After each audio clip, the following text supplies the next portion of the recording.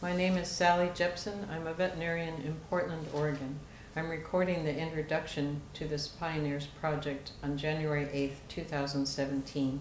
I began this project in 1997.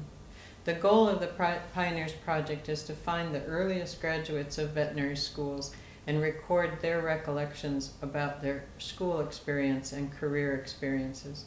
In addition, interviews have been done with women who graduated in the 1940s, 1950s, and 1960s.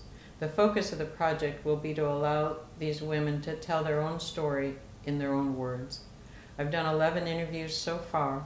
Dr. Pat O'Connor Halloran is the earliest graduate, and she graduated from Cornell in 1939. The start of the idea for the project came into view on my secondary day of veterinary school in 1996.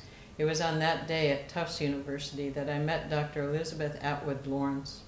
On that day, Dr. Lawrence became the inspiration for the project. The class was titled Human and Animal Relations. Dr. Lawrence, I was to learn, was one of the foremost experts on the subject of the human-animal bond. And at that moment, it was not her long list of accomplishments — she has a 29-page resume — that focused my attention.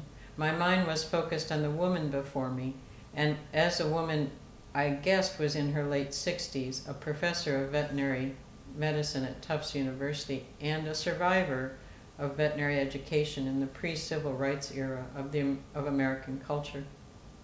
I found myself doing mental arithmetic to establish when it must have been that she endured what I knew was going to be a very different experience than the one that I was about to have.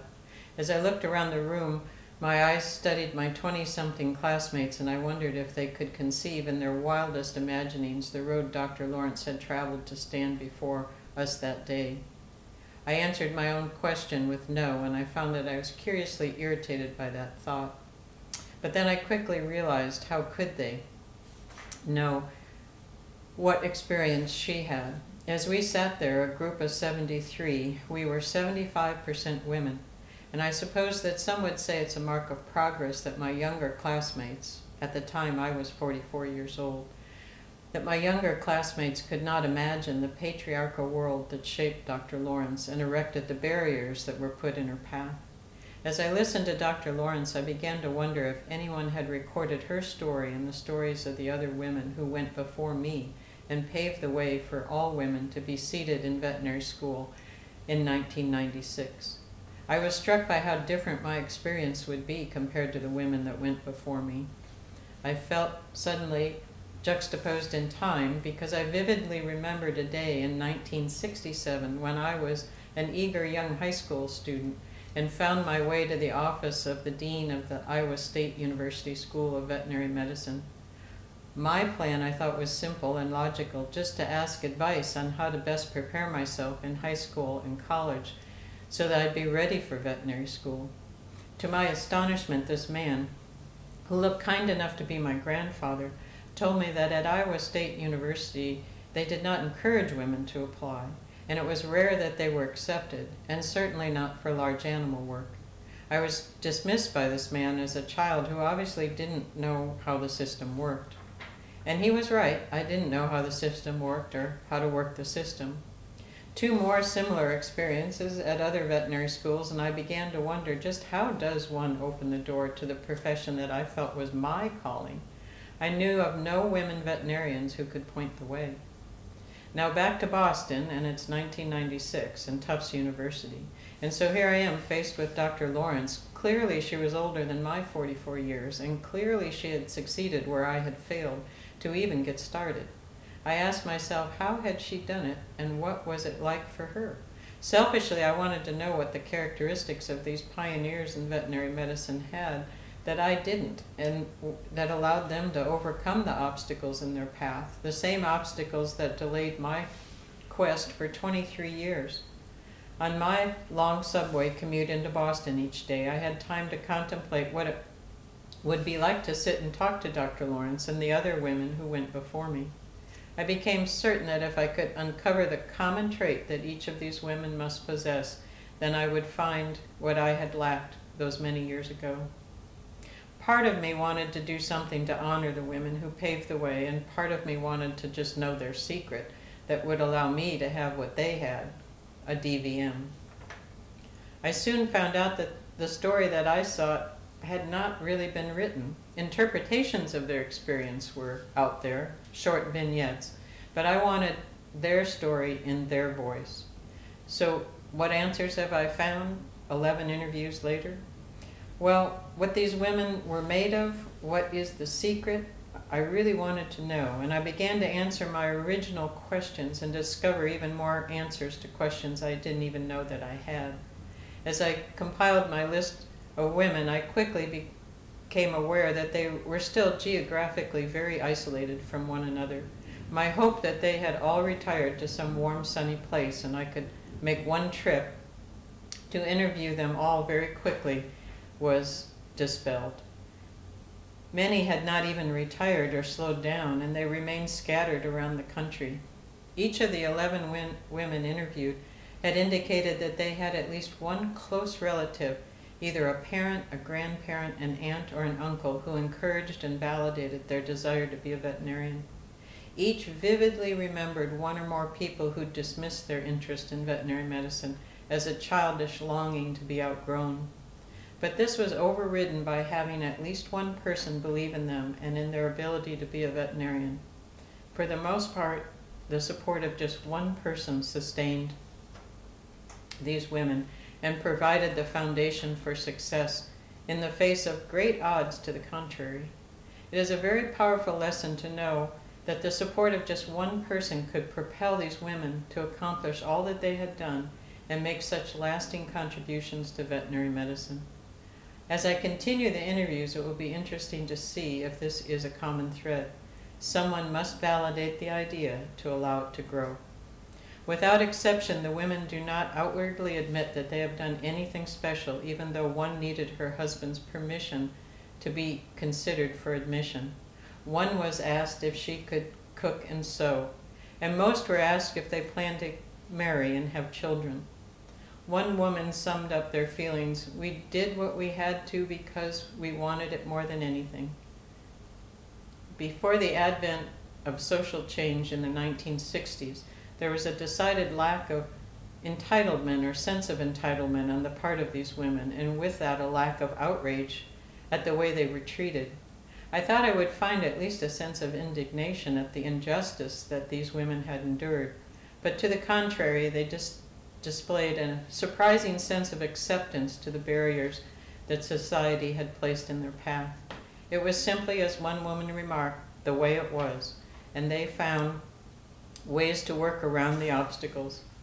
Only the women who graduated in the 1960s displayed the beginnings of a sense of entitlement or indignation that reflected the societal changes and gave them permission to be more vocal. Only the women of the 1960s could put into words the sense of injustice they felt because someone would dare to judge them on anything but their merit and performance.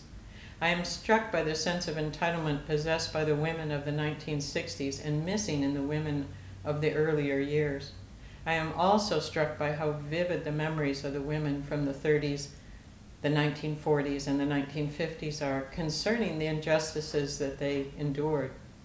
They are reluctant to label their experiences with any term that would be considered a negative, such as injustice, discrimination, or harassment.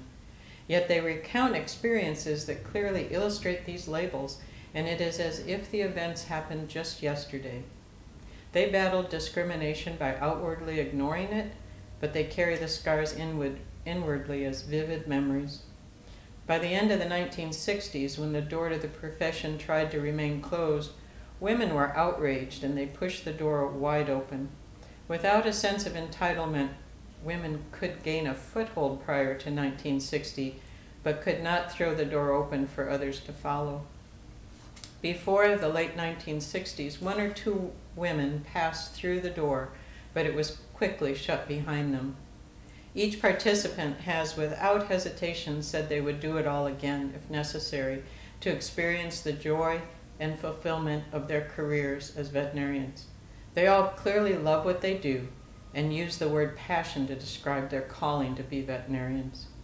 Each woman knew at a very early age that she wanted to be a veterinarian. One was as young as 4 years old when she announced to all who would listen that she was going to be an animal doctor. This is made even more remarkable because the year this woman was making her announcement was 1930. They had no women role models, no women mentors, few supporters, many disbelievers, and yet they all knew what they were going to become. All the women display an enormous amount of self-motivation. While the women recount that the hardest part was getting into school, several go on to describe an atmosphere where women were regarded as non-persons. The women were ignored, an atmosphere that was an extension of the society in which they lived. While they were allowed a seat in the classroom, full recognition and participation as students would not begin until well into the 1980s. To be self-motivated was a requisite survival skill for the women in veterinary medicine pre-1980. The most poignant comment is offered by Dr. Lawrence. If one factor can be singled out as the most tragic and unendurable element in my student experience, it is that never for one moment was my overwhelming dedication recognized or appreciated by those in power for the potential it held. When asked what was the best experience in the school years, the women laughed and say, graduation. Then each of them pause, and the silence lingers as they try to recall a situation that would carry such a positive memory as to be considered a best experience. While graduation is certainly a high point, I'm struck with a sense of sadness by how only 2 women can recount an experience that stands out in their memory in a positive sense, as vividly as they can recall the injustices they experienced. My final interview question is to ask each woman what personality characteristic they feel they possess that allowed them to succeed. Without missing a beat, they each list one of 2 traits, determination or stubbornness. While the women verbally painted somewhat divergent pictures of their school experience, I was certain there was a commonality that had allowed each woman to succeed. Finally, it jumped off the television screen, and not in the form or in the source that I had expected. The secret came in the form of someone in each woman's life who believed in them and who validated their commitment and their passion for veterinary medicine. For each of the 11 women interviewed, it was a male member of their family, a father, brother, or uncle. Their mothers were universally against having their daughters select a profession so out of the norm for women at the time. It makes sense that in a patriarchal time in our culture, the support of a male family member prevailed. This voice of encouragement drowned out the rest of the world that was shouting no. What is so powerful for me, having spent 23 years as a teacher before going to veterinary school, is that the support of just one person is enough for a child to realize a dream against all odds.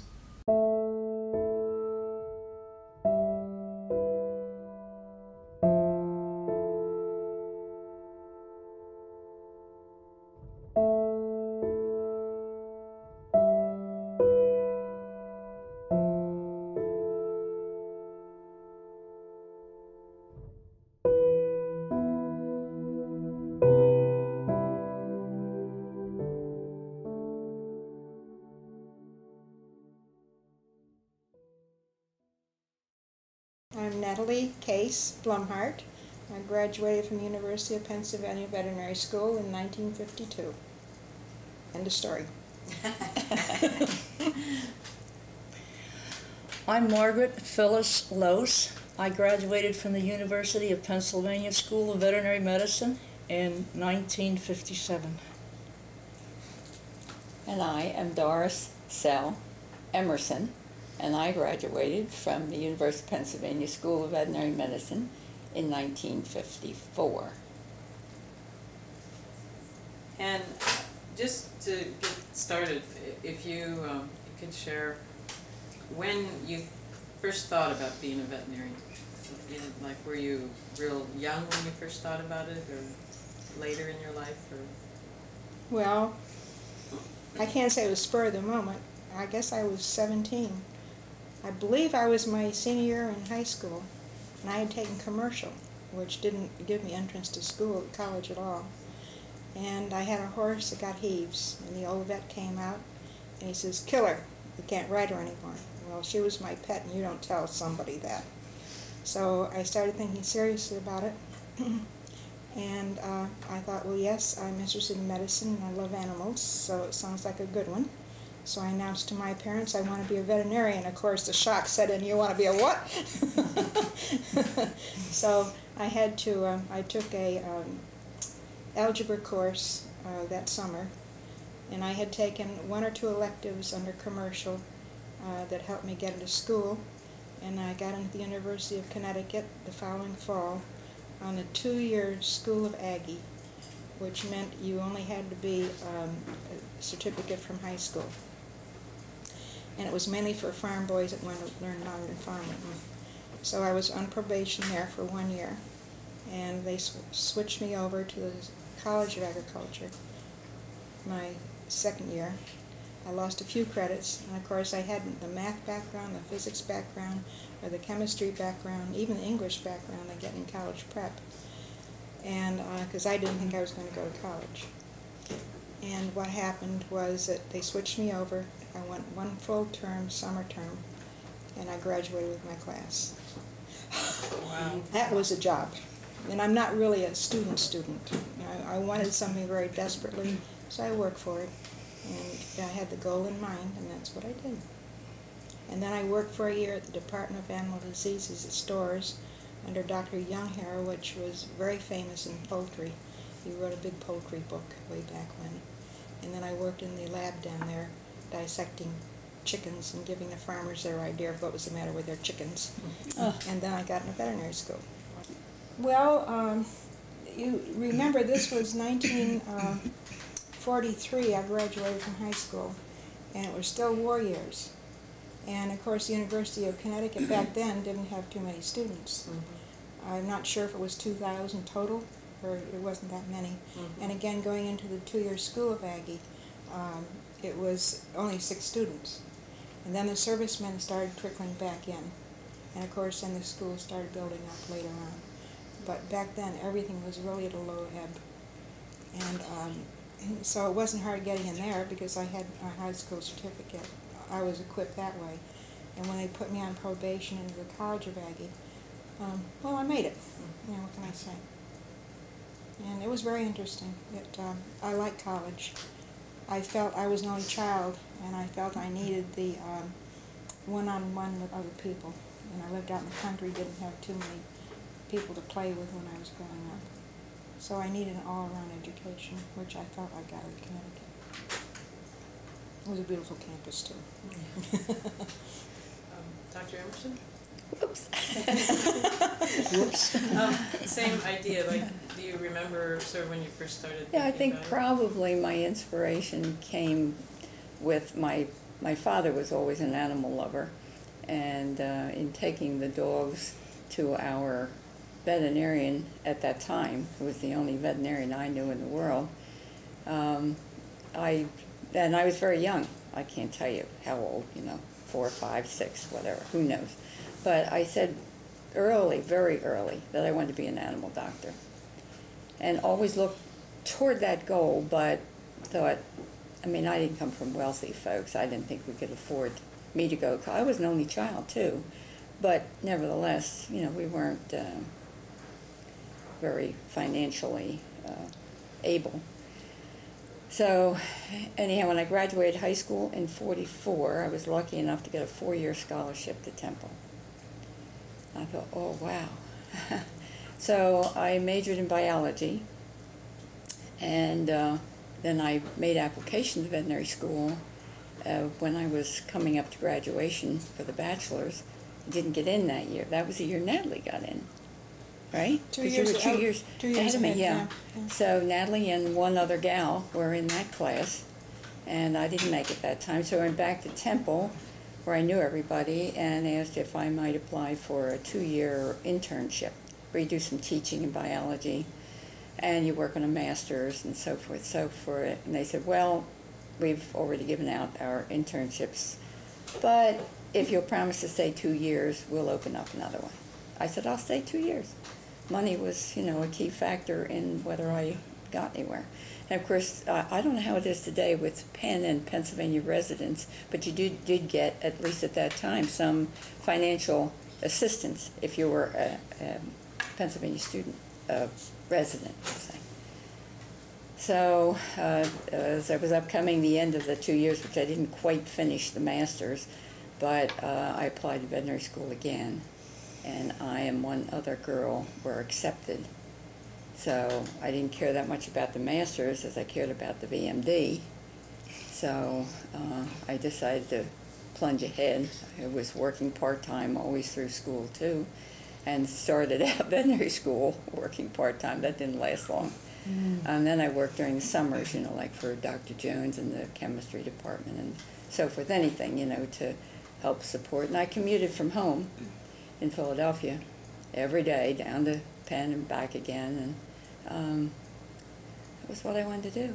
And I always knew it and finally made it, and also graduated in good stead in my class. Did very well, so, yeah. Yeah. Very Dr. Very Rose, about you, did you think early on that you wanted to be a veterinarian, or can you remember the first time? Well, I was basically a horse girl, and I always had these little ponies, and we had them driving ponies, and I pretty much grew up with horses. My mother had race horses. My father was a good businessman. When it actually occurred across my mind, I don't know. I couldn't really recall. Maybe perhaps at 12 years of age. I had a pony, was dying, and we went through that. We had a wonderful veterinarian, Dr. Allen, Mark Allen, who came to the barn. How about that? With good bedside manners. He inspired me. He promised to give me a stethoscope, of all things. So I thought, oh yes, I know, he'll give me a stethoscope. So a few months later, in drove Dr. Allen with the stethoscope to give to me, and I'm certain that he inspired me greatly. I went on with show horses later, in my adolescent years, I guess, and I met some wonderful gentlemen, an old horse doctor who was in his 90s at the time, Dr. Jonathan Bartholomew, and he did inspire me. He just represented something that I used to read about. But he told long stories. I would sit and want to do my horses up, but when Dr. Bartholomew would come in and sit down, I would sit down and listen, and I'm so glad I did. He told wonderful stories of being a good horse doctor. That's what it's all about. I never thought, well, there aren't any women horse doctors. That never crossed my mind. When you're young, you don't think about that. No, That's right. never entered.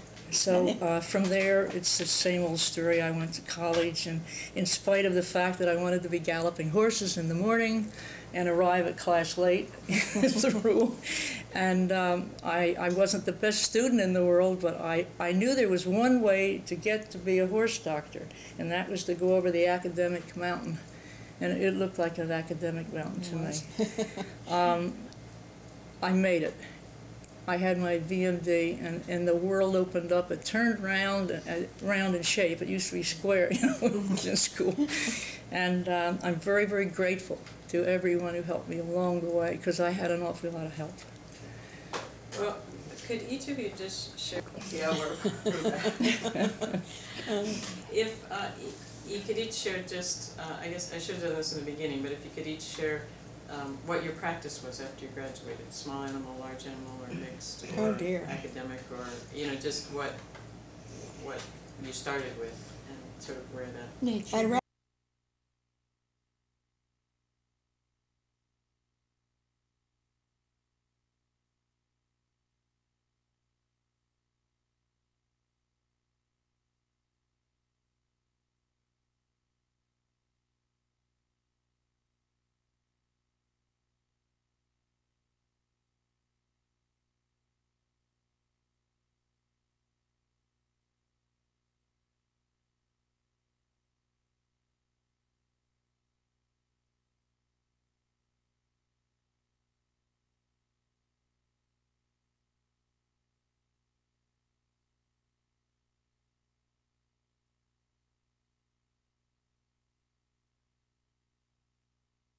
veterinarians, I would say to them, it's the one thing and the only thing you want to do.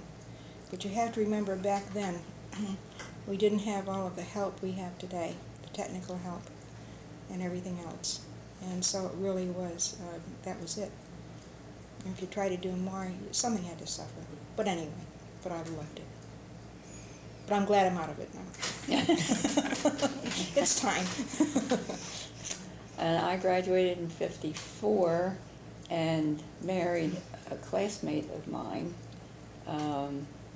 Actually, before the marriage, graduated in '54 June, and I had taken on a position with a very large hospital in Deal, New Jersey. And I worked there until I left there at the beginning of October when I married this classmate, who also is a veterinarian, obviously he's a classmate.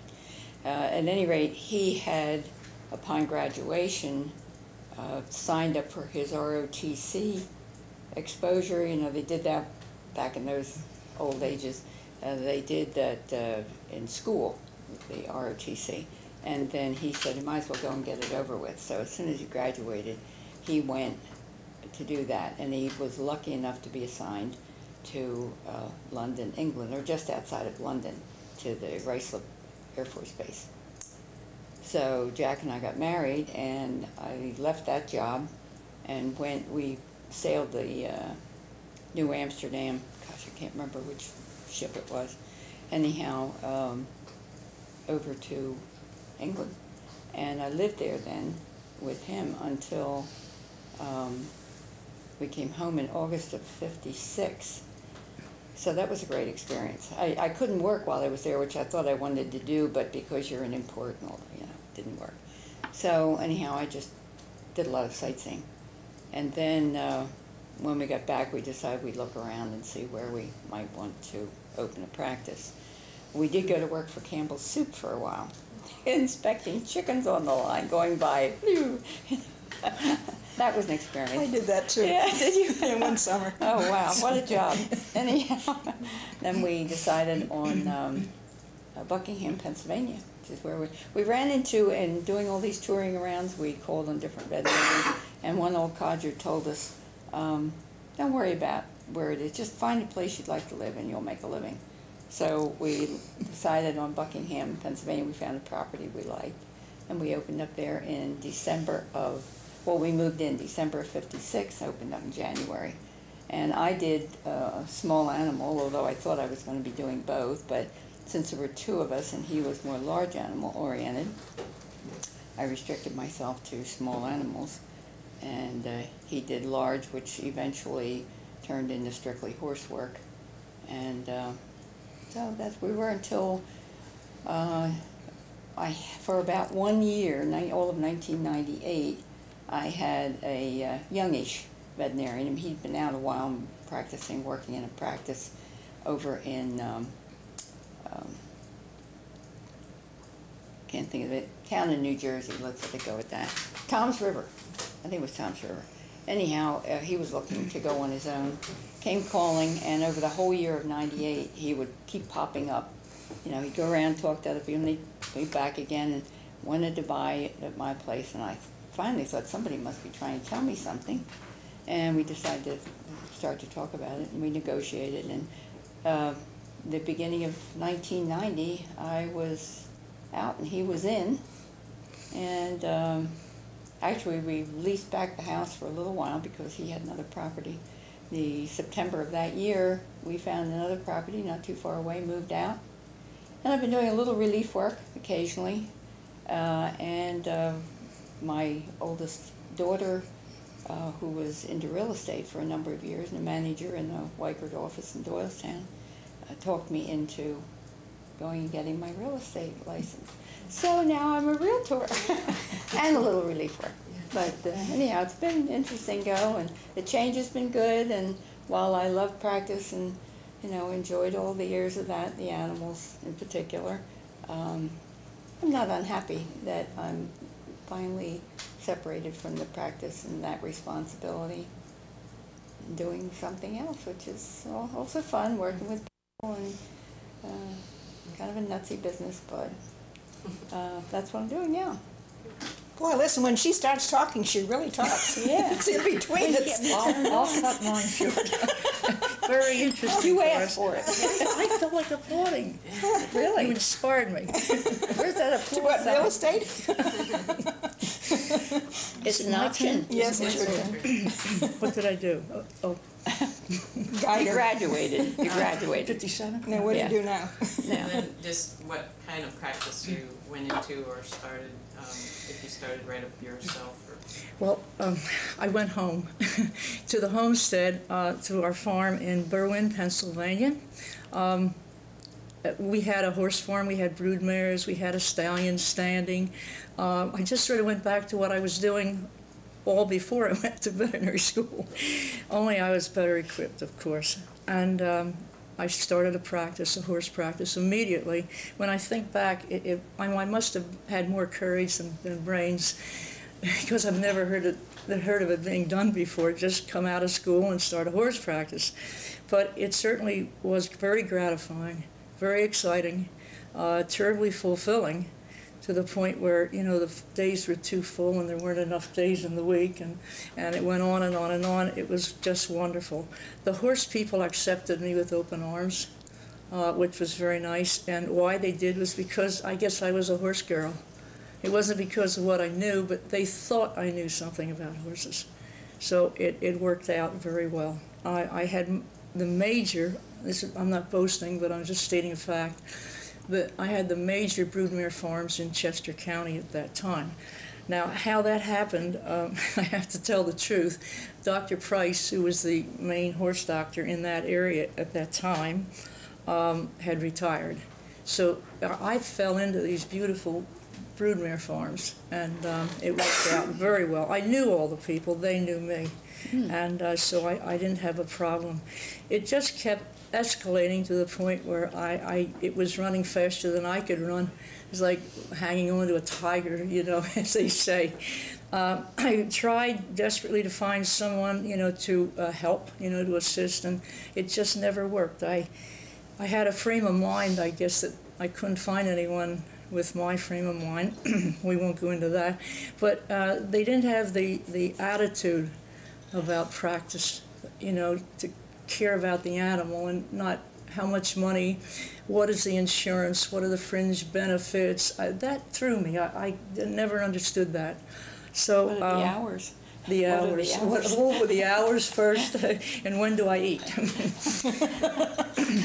And right in the middle of all this, I'd say about, I even floated teeth in the beginning. And if any of you have ever floated a horse's mouth, you'll know the rigors with that. I had an old lay doctor. Everyone spoke of him as Dr. Nelson, but he was just a skilled lay person. And he could float a horse's mouth better than any veterinarian in the country, and I'll attest to that.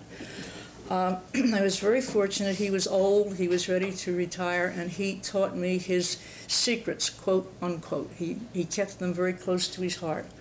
Well, here I fell into it again, and I had his instruments. He taught me. I had his knowledge, some of it, whatever he could teach me, and I broke out into areas that they didn't know me then. Everybody knew me in Chester County because I had a wonderful open jumper. Now that made me wonderful, but the mare was the wonderful one.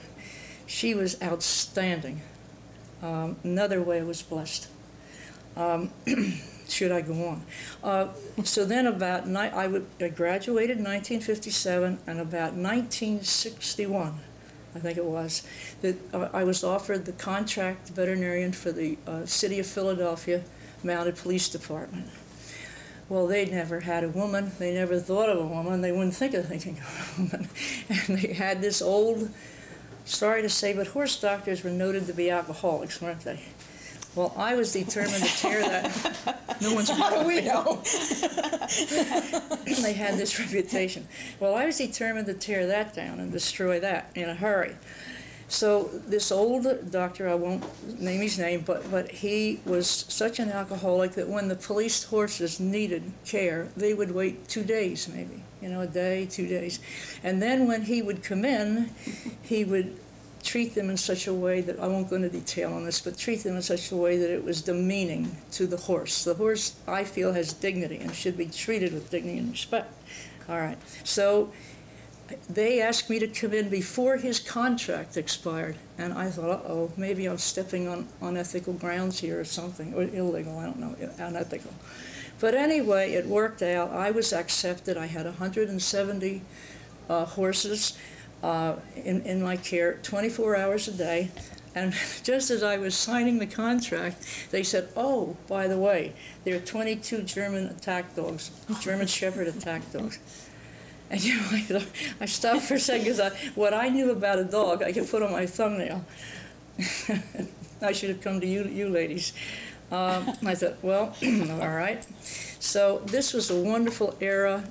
Mayor Rizzo was in Philadelphia. Whether people either loved him or they hated him, and I just happened to admire and respect him. And all I can say is I was there 19 years, very exciting work. I took it on when I couldn't handle it, but I couldn't resist it. So I stretched the mornings and I stretched the evenings, so that pretty soon there wasn't too much sleep in there, you know. And but it was well worth every minute of it. It was exciting. 1972, I designed and built and ran an equine hospital that people told me, I can't say what it was, but people told me that it was the finest privately owned equine hospital. I won't say where, all right? And I was a woman of all things. You know, that made me have two heads. You know, why did I have this? I owed an awfully lot of money, I'll guarantee you that. And believe it or not, in 15 years, I settled that. Sold that. Went over, I always wanted a hospital at the quarter pole where they all break down. I wanted to be there ready, you know, to pick them up. Well, I found this old pig farm, of all things, over next to the Philadelphia Park Racetrack in Bensalem. And the pig farm backed up to the backstretch, right? And I could look over and see the red and white quarter pole. So I thought, here I am, finally. So we cleaned the old pig farm up and cleaned an old chop shop was in the back. This is Bensalem. We cleaned it up and I built another horse hospital. I had taken everything out of the old one when I sold it and took all the instruments there, everything, and then I had it for the second one. Well, the second one can't compare with the first. You know, it's just a building. But that's where I am now.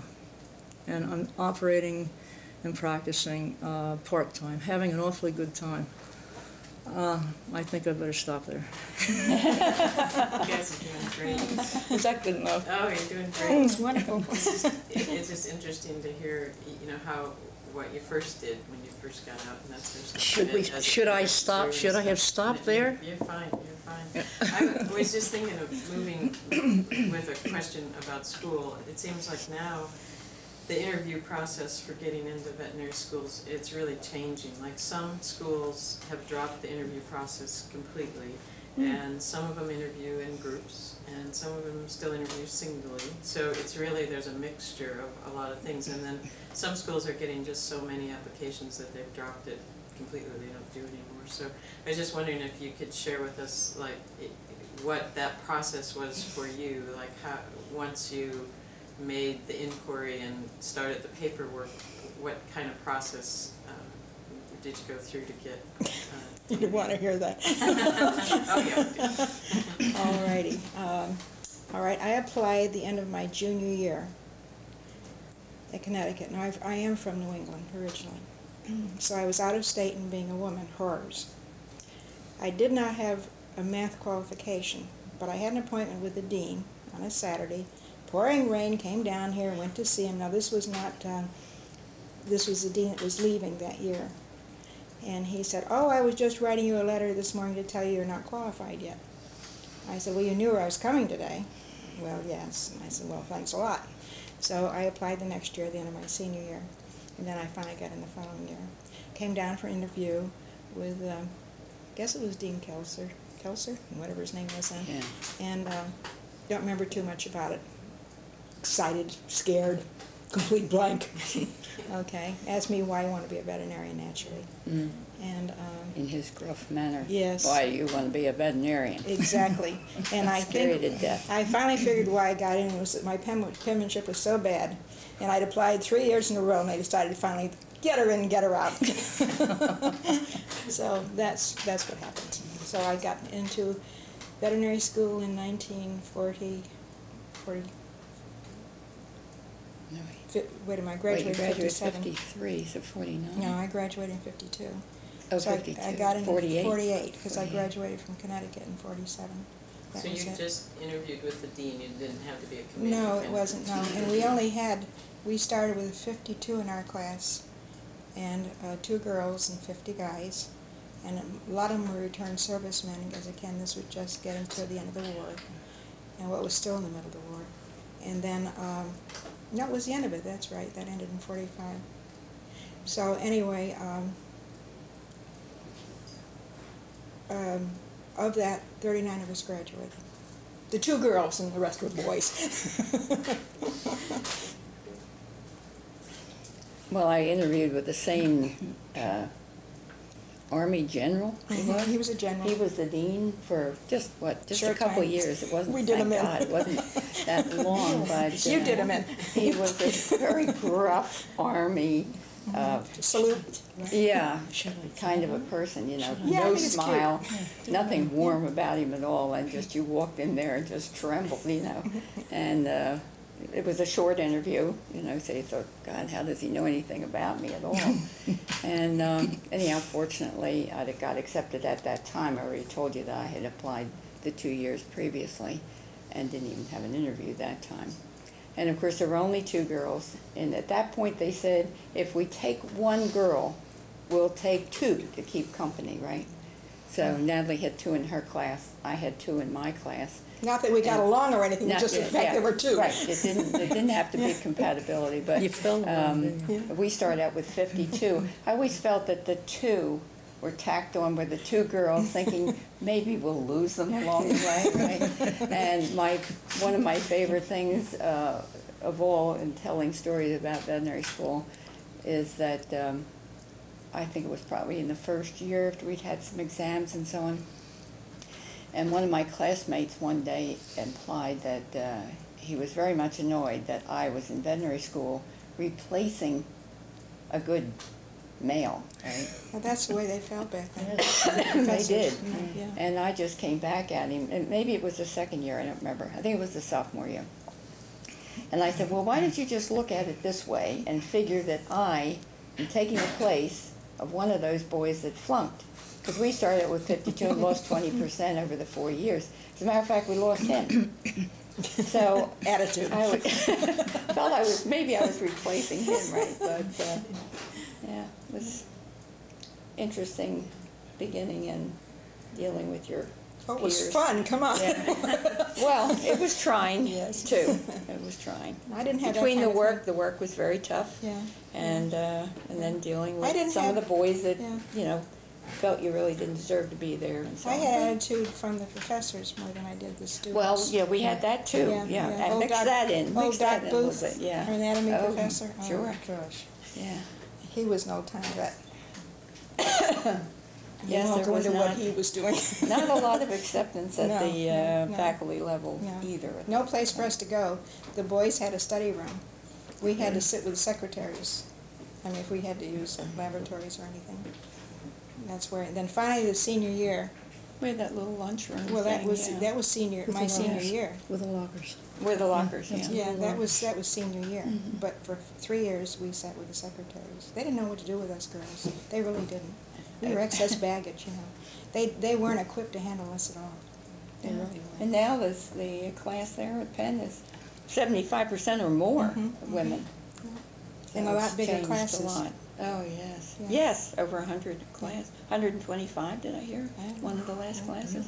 Let her have her say. Yeah. She's okay. got to give her spiel. What was the question? I don't remember. That's the best part. Did you interview with the same dean? I did, in fact. The way these ladies described him are just perfect. Great big man, didn't approve of women veterinarians. He approved of women, I'm certain, but not women students. I vividly remember walking in this office and sitting down and facing the desk, which is so rigid and formal and frightening. I was shaking just the way you ladies did. And I forget all the questions he asked. But I remember one thing. It was a sarcastic, I felt it was sarcastic at the time, after I'd answered everything. The final blow was when he looked at me, and he sort of looked up and down as if he was looking at me in a demeaning way, a derogatory way, and he said, well, what in the world would you do if you had a 2,200-pound bull to handle? And my mother had just, I don't know, my dear mother, she had a way of sort of saying things at times that prepped me a little bit, you know. And this wasn't me, I wasn't that clever. But she prepped me a little, I'm sure. And I said, well, I think I'd handle it the same as a man would. He'd go out to his car and get a needle, a sedative, and come back in and sedate the bull. And he just, like that, he dropped it. Well, that was all well and good. I went home, waited for months, as we all did, and I heard on the radio one morning, I was in the barn, you know, mucking stalls and, you know, doing the usual thing very early. A flash came over the radio. Dean Kelser, the dean of the School of Veterinary Medicine, blah, blah, blah, blah, blah, had dropped dead. And I thought, not that I wasn't sorry for him, and his family rather, but I just thought, this is, you know, going to be a blow. It probably won't be accepted. I have to go through the whole thing again. And that afternoon, in the mail, I opened the letter, and it said I was accepted.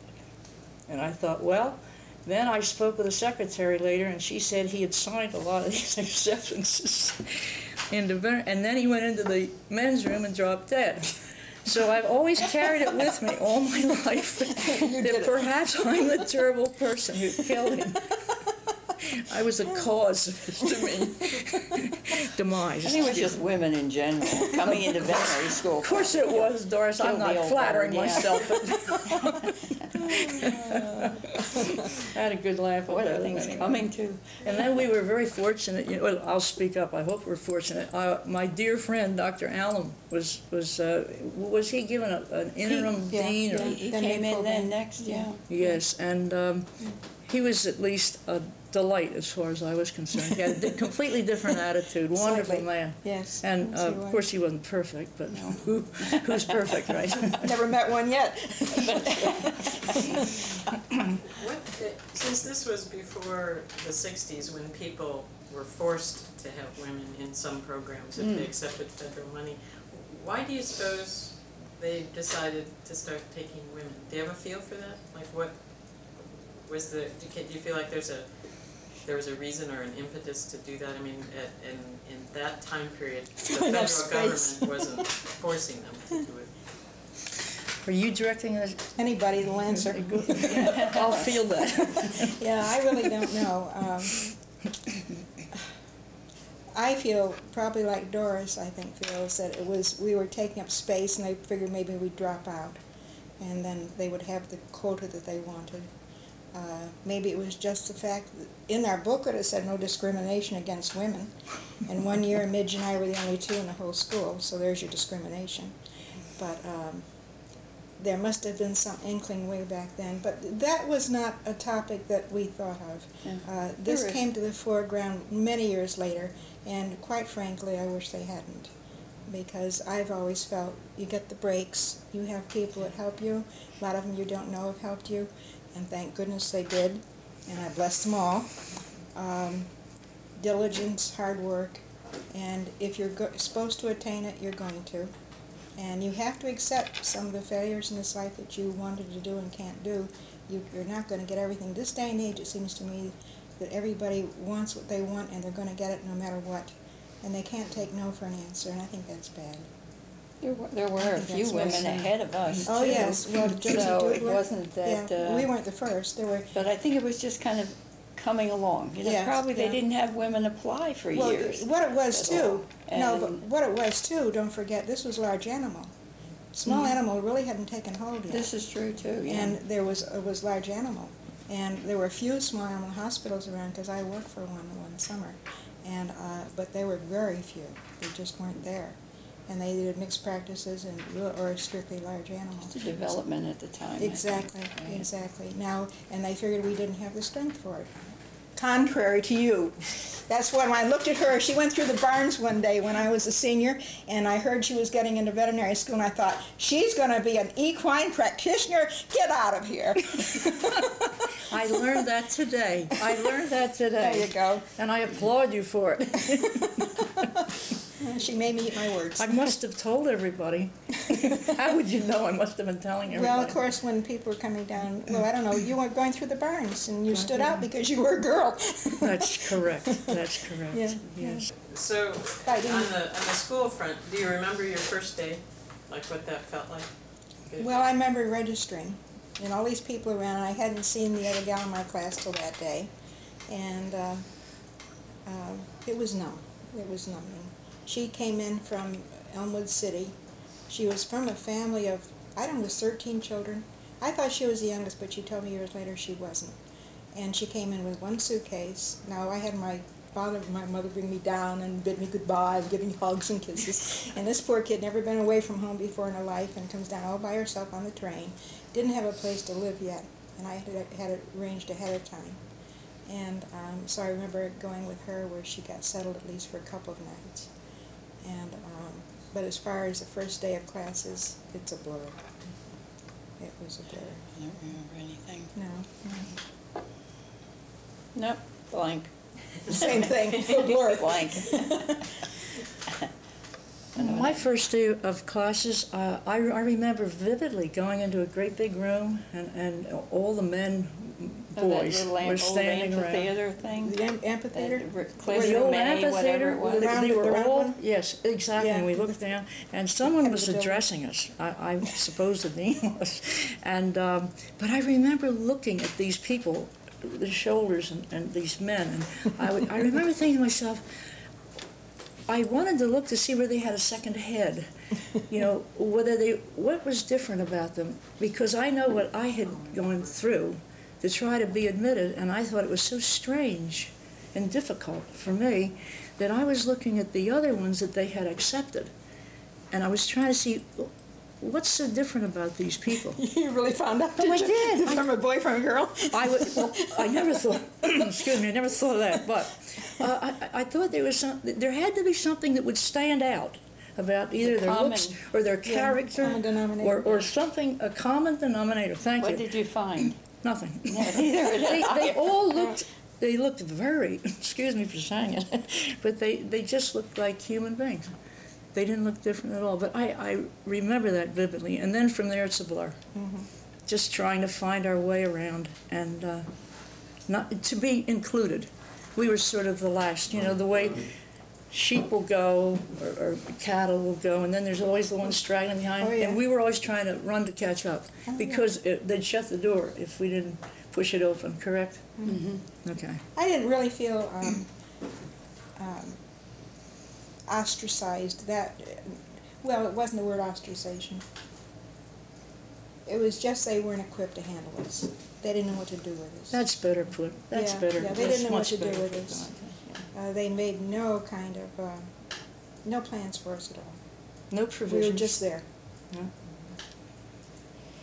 Do you remember anything that stands out as like the best experience in the 4 years that you? I mean, Yeah, graduation. The VMD, right? Getting that certificate in my hands was Not that the diploma. MRS, but the VMD. Oh, right? you got it, kid. You got it. Would you Yeah. like to speak? No. There was no time. Nothing stood out. Doris excelled all the time. Yeah, she was top of the class. She was an inspiration. I'm glad she was a- behind me. Well, she was ahead of me, and I kept trying, and I was looking up all the time. There goes Doris Jane. You know? She was beautiful. She was beautiful, and that was an asset to the veterinary school. Yes. I felt, you know, as far as women are concerned.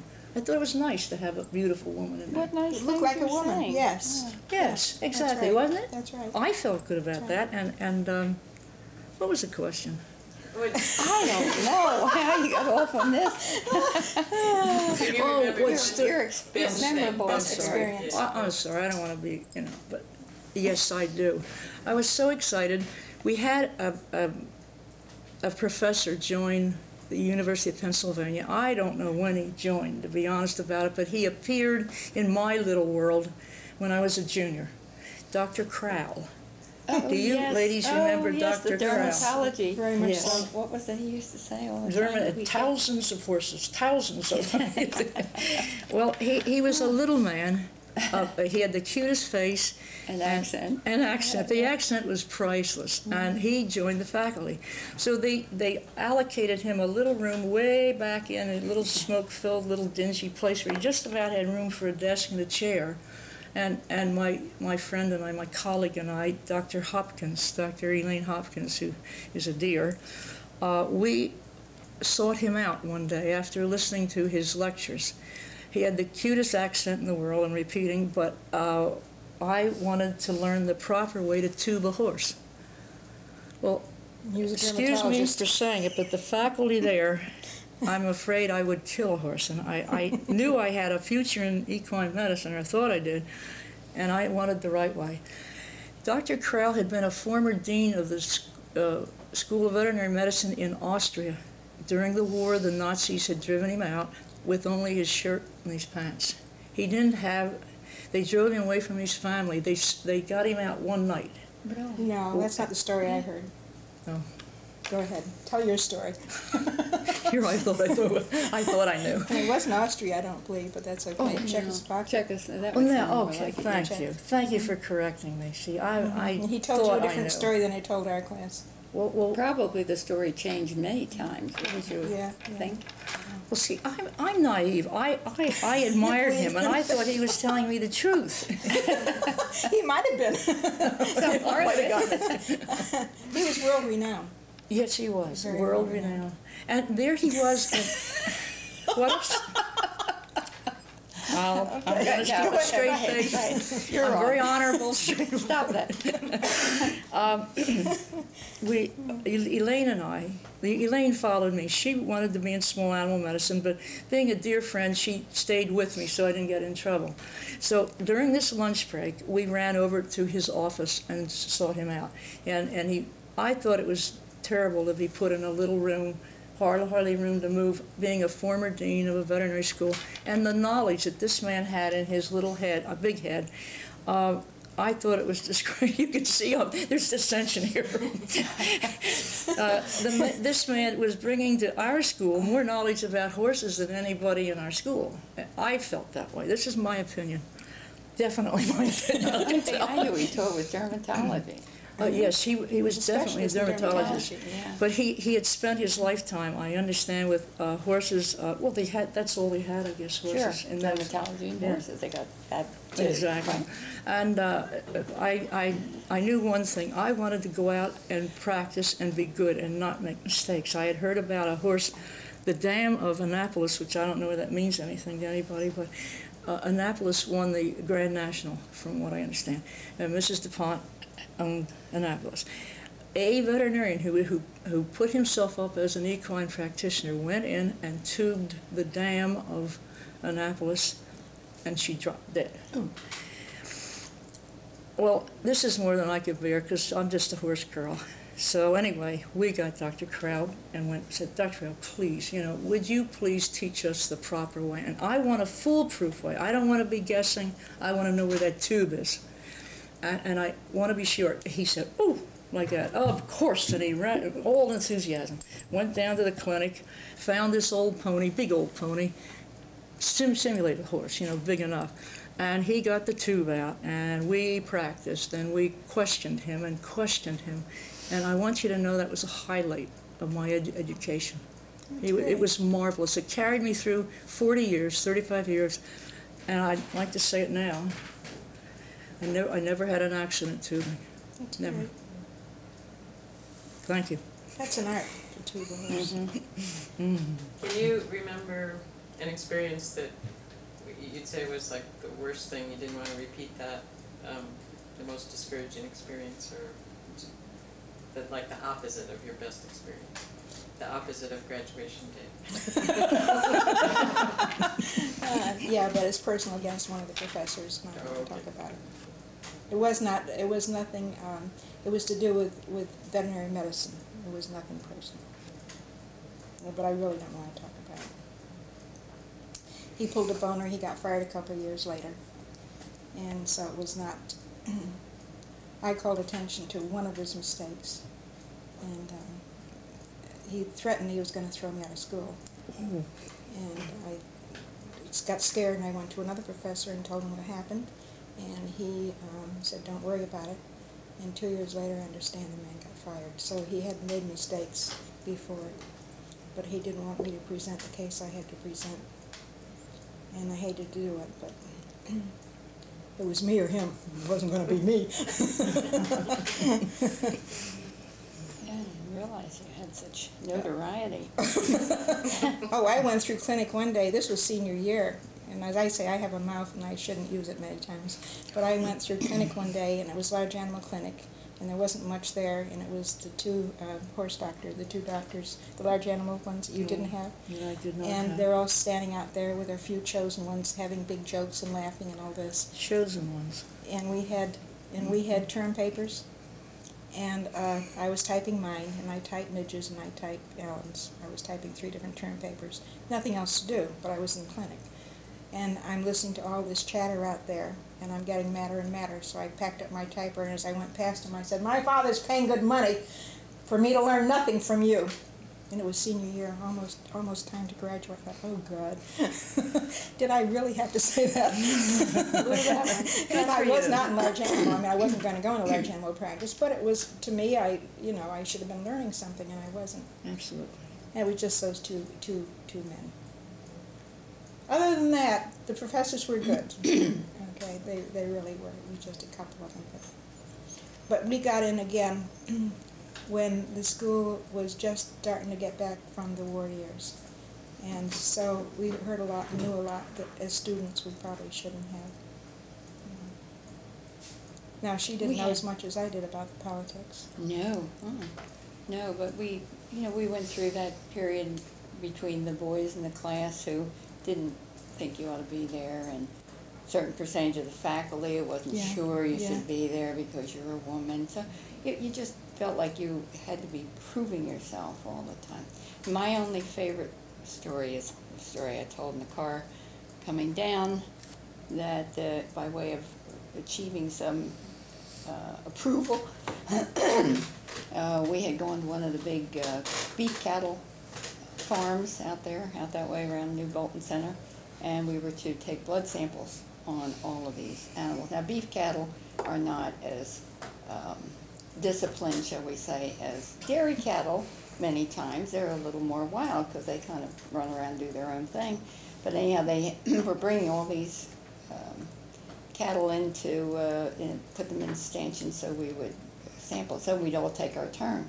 And the boys kept going up, and as the different ones came in, round and round, and as usual, I'm standing in the background there, not being given a turn, till the bull came. They brought the big one, and he was a monster, great big guy. And at that point, this professor, who was up to this time totally sure that there was no place for women in veterinary medicine, he said, "Okay, Doris, it's your turn." I said, "Thank you." Took my tube, walked up to the, with the needle on the holder thing, the tube in the, walked up to the bull, and without hardly looking, I jabbed him in the neck. I was so blooming angry. Luckily, he hit this monster vein, got my blood sample, came back and handed it to him and said, "There." And that was a turning point for me in general overall acceptance. He probably told everybody what happened, and then they all said, "Well, maybe she'll be okay." So it was quite an experience, dealing with all these different factions, and the workload as well, which of course, at that time too, we didn't have some of this newfangled stuff that's going on, the new developments in technology and so forth, but we had enough as it was. Technology was, "Hey, Joe!" Yeah. Give me a hand. Yeah, today's got to be even tougher. Different way. Different way. Each generation has their own problems. Yes, this is true. Yeah, Yeah. yeah. It was a whole thing. It was, I don't mean to downplay, it was very interesting. It was an experience. It was an experience. It was something you wanted to do. You were going to get through it. You did it. You didn't worry. You didn't dwell on the things that were negative. And it was quite an achievement. Yeah. Well, This is again, what I think. to get that diploma and get out and be able to practice, that was Yeah, what it was all about. That's the goal. That's what it was all about. And, You gotta see back in what the happened. stage when people, like, remember relatives of mine saying, why does she want to go to veterinary school? Even college, she'd just probably get married and have kids. My father, when I announced I want to be a veterinarian, he said, "You want to be a veterinarian? What do you want to do that for?" I says, "Because I want to do it. I like it." He says, "Well, they don't do much," or something like that. And I said, "Will you be quiet? I'm going to make my living that way." But nah, it was wonderful. Dr. Lowe's, do you remember a defining moment like the bull story that proved your I was She was already trying. proven, right? I was trying. I mean, you were such a horse gal. Yeah, You know, right. you had I all just this background. well, That just who was going sort to of- question you? Listen to, gosh, Doris. It sounds like Phyllis and I went through just taking whatever they handed us, where you could see and you Yeah. said, "No, this isn't the right way." That's right. Except You for my saw couple of you saw exploits. the picture. She Yeah, saw the whole yeah, picture. yeah. I love what you say. I love what you say because well it hits home. I didn't care about the fellas. I didn't care about the professors. I looked at them and thought, they're a sorry group. They're just there If to they, get you there. Mhm. all I cared about was to get the VND and get out and see the sun and treat horses and be allowed the privilege of treating horses. I know I sound corny, but that's No, I was agree. corny. Yeah, I I was was with small corny. animal. I felt the same way. And yes, I saw things, discrimination and things, but I tried to avoid it. My dear friend Elaine, who is we shared an apartment, and I owe her a debt. Oh Lord, she helped me, and I tried to help her, but we went through it together with her help. And I just want to say that they did pick on my classmate Elaine, and it puzzled me because I'm not so wonderful. I'm not so wonderful, but I used to get along with the men because I was used to living maybe in a man's world. I was at the racetracks and training horses and being on the backstretch, and they said women didn't belong in the backstretch, you know, and we stood out like a sore thumb then, my sister and I, and we were in with these men. So when I went to veterinary school, it was sort of old hat.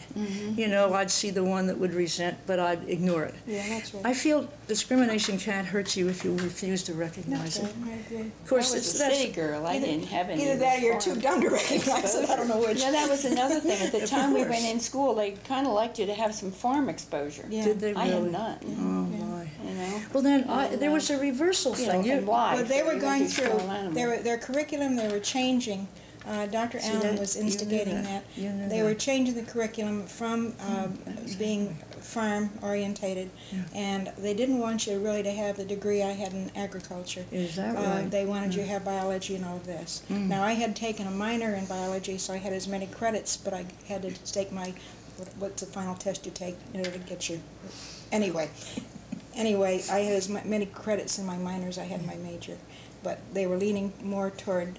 They really wanted Penn to go into research more, and they were Yes. headed in that direction for the students rather than the farm boy type thing. I sort of felt alone. I felt I was very much alone as a horse girl. I felt not You were, discriminated, because but it was that it was all interim. small animal. It was Yeah, all small yeah. animal when I went in. Yeah. So you saw it, and then you saw it. No, you saw it. I saw a lot of change. Again, I think I was more concerned. I understood I could see the politics of the thing. Yes, That bothered yes. me. Yeah. She looked at the picture that was happening and trying to correct it. And I came in with my head down. Yeah, well, I And had my head went down through. about a lot of things. Yeah, yeah, But yeah. it did what you did. That's the way it was. Because we wanted it. We wanted it more than we could taste it. Bless them. Or we They could gave it taste to it. us. Taste it, That's eat what it, amounts sleep to. it, drink it, whatever it took. Yeah. Whatever it took. Yeah.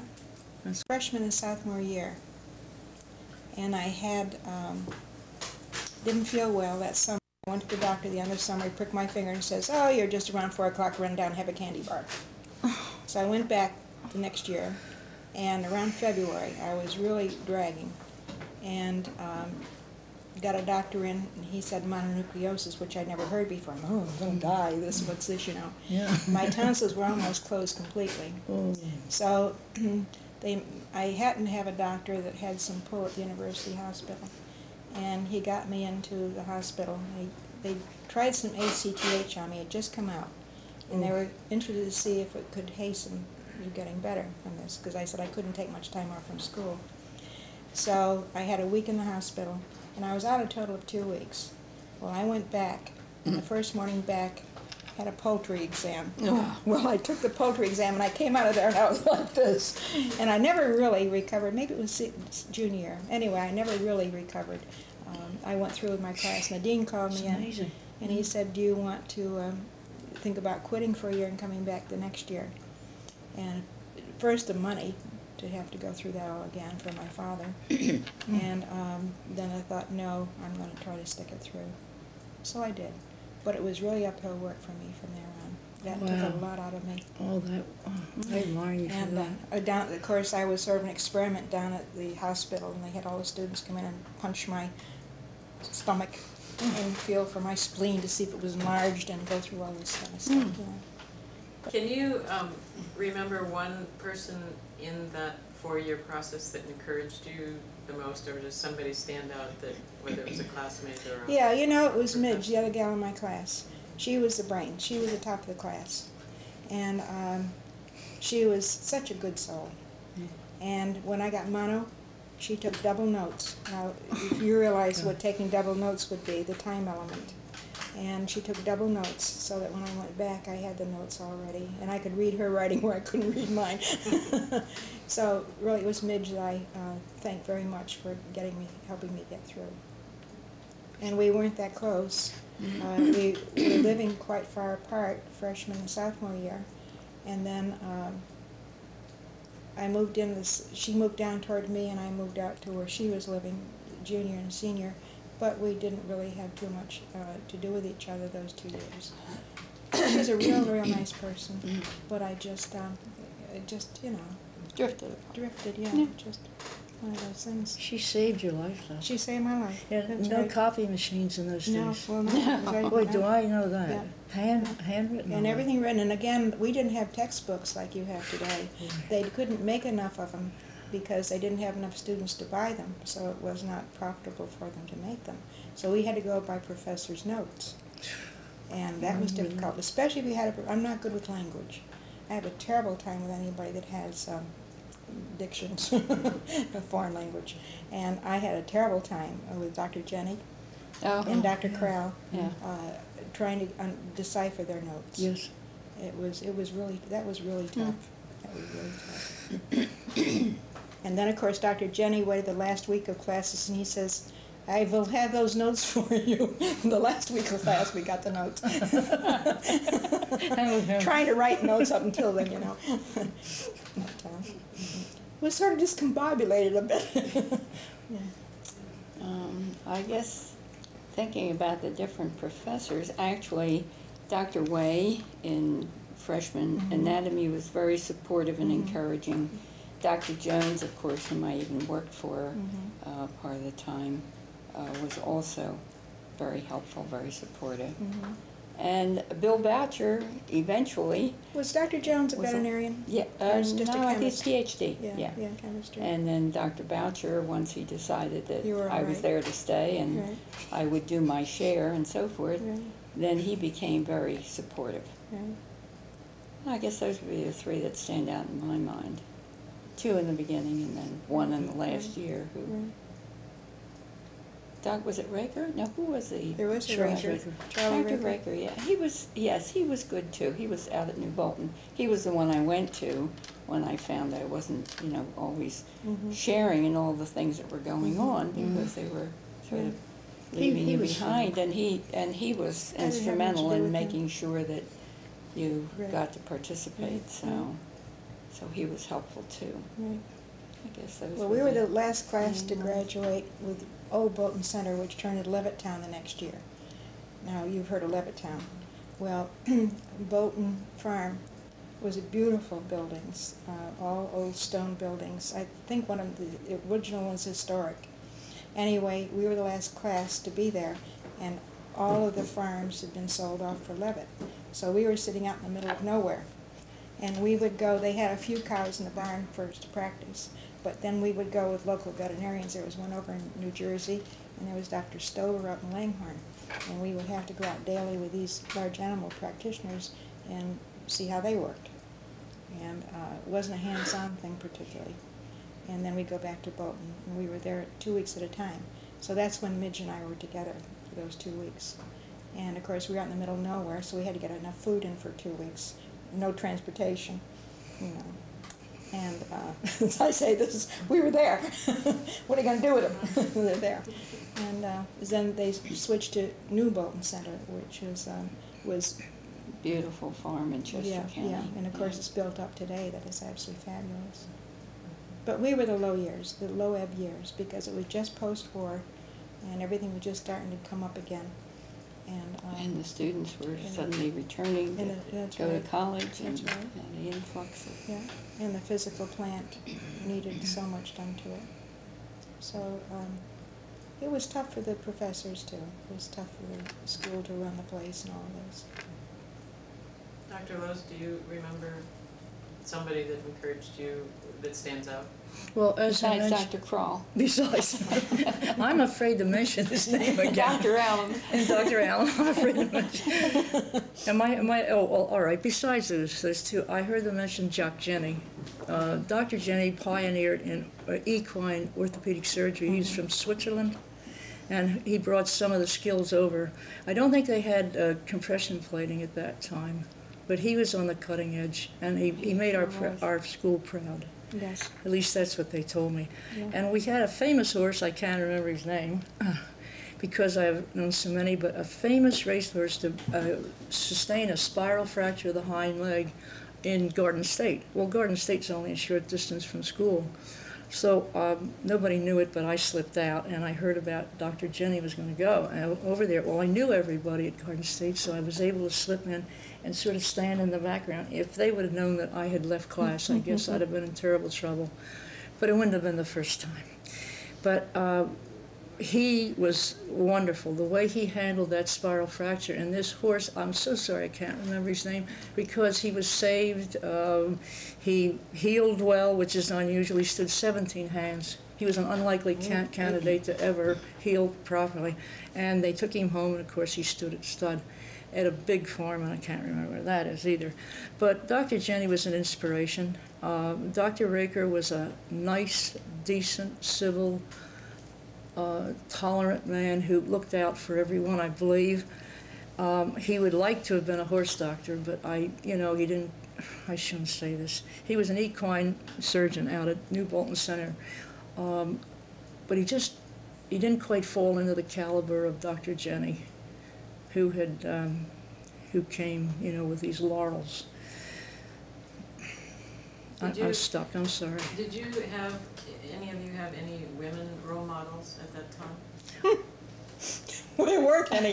There weren't any, no. The only... There weren't any. There weren't any. Yeah. Yeah. There were graduates ahead of us. There were women graduates. We didn't see them once they graduated. That's not a role model, No, is it? no. No, Right. they, We didn't know them. we didn't see them. We didn't interact No. with them. Yes. There were 4 seniors when I was a freshman. And they were seniors, they're not going to pay attention to us, They were in and out, There was nobody. May I say something? What annoys me is I've always stood very proud, and I said I was the first woman equine practitioner. And I was the first woman member of the wonderful. AAEP. Now, I haven't had this disputed. You're going to dispute it. No, I'm not. What was the point? What's the point? God, I was trying to Being say. first, Huh? being first, equine. Yeah. Now, and when you ask, are there any role models? The only thing I did was look out into the broad spaces and wonder why not. I knew of none, and I thought, and I was always sort of bewildered and thinking, She married him. is it possible? Yeah, did she practice at all? I don't know. Did you? Eleanor Jenny, we don't know if she practiced or not. She was I forgot to mention her. Eleanor Jenny was she was a horse girl. Well, yeah, sure. She came She from horse was, country. yeah, yeah. And she was married to Yeah, Jock right, Jenny. right. Eleanor I can't think of her maiden I can't name. remember it either. She showed horses. We showed horses together, and she was a couple of years ahead of Yeah. me. But Where was she really at the- practiced, or was she just on the farm? No, that's what I'm saying. I'd give her the credit, Yeah. it was just like that, because not just because, she was Yeah. a lovely person. We were neighbors, she lived down the road, Jock Jenny and Eleanor lived down the road from us, they were horse-minded, and lovely people. But no, there was no one out there for me. Now, I don't know about these No, I ladies. understood. No, I don't know for sure that when I graduated, there were 200 women and veterinarians in the United States and Canada total. Now that's came out of somewhere, Yeah. and I don't think I dreamed it back then. That many. You all Yeah, have surprising. sort of seen the profession change so much, not just Drastically. a number of women, but just Everything other about it. aspects of the Yeah. profession. Do you have anything you'd like to share on those changes? Like, I certainly couldn't even allude to all of them that you've seen, so I'll just sort of leave it open-ended. I'm glad I practiced when I did. Really. I think it's getting too complicated, which it doesn't, but I think this is what life's doing. I think it's making it way too complicated for what life is about. Just everything. Maybe it's my age that's doing partly that. They're making it much more difficult than they have to.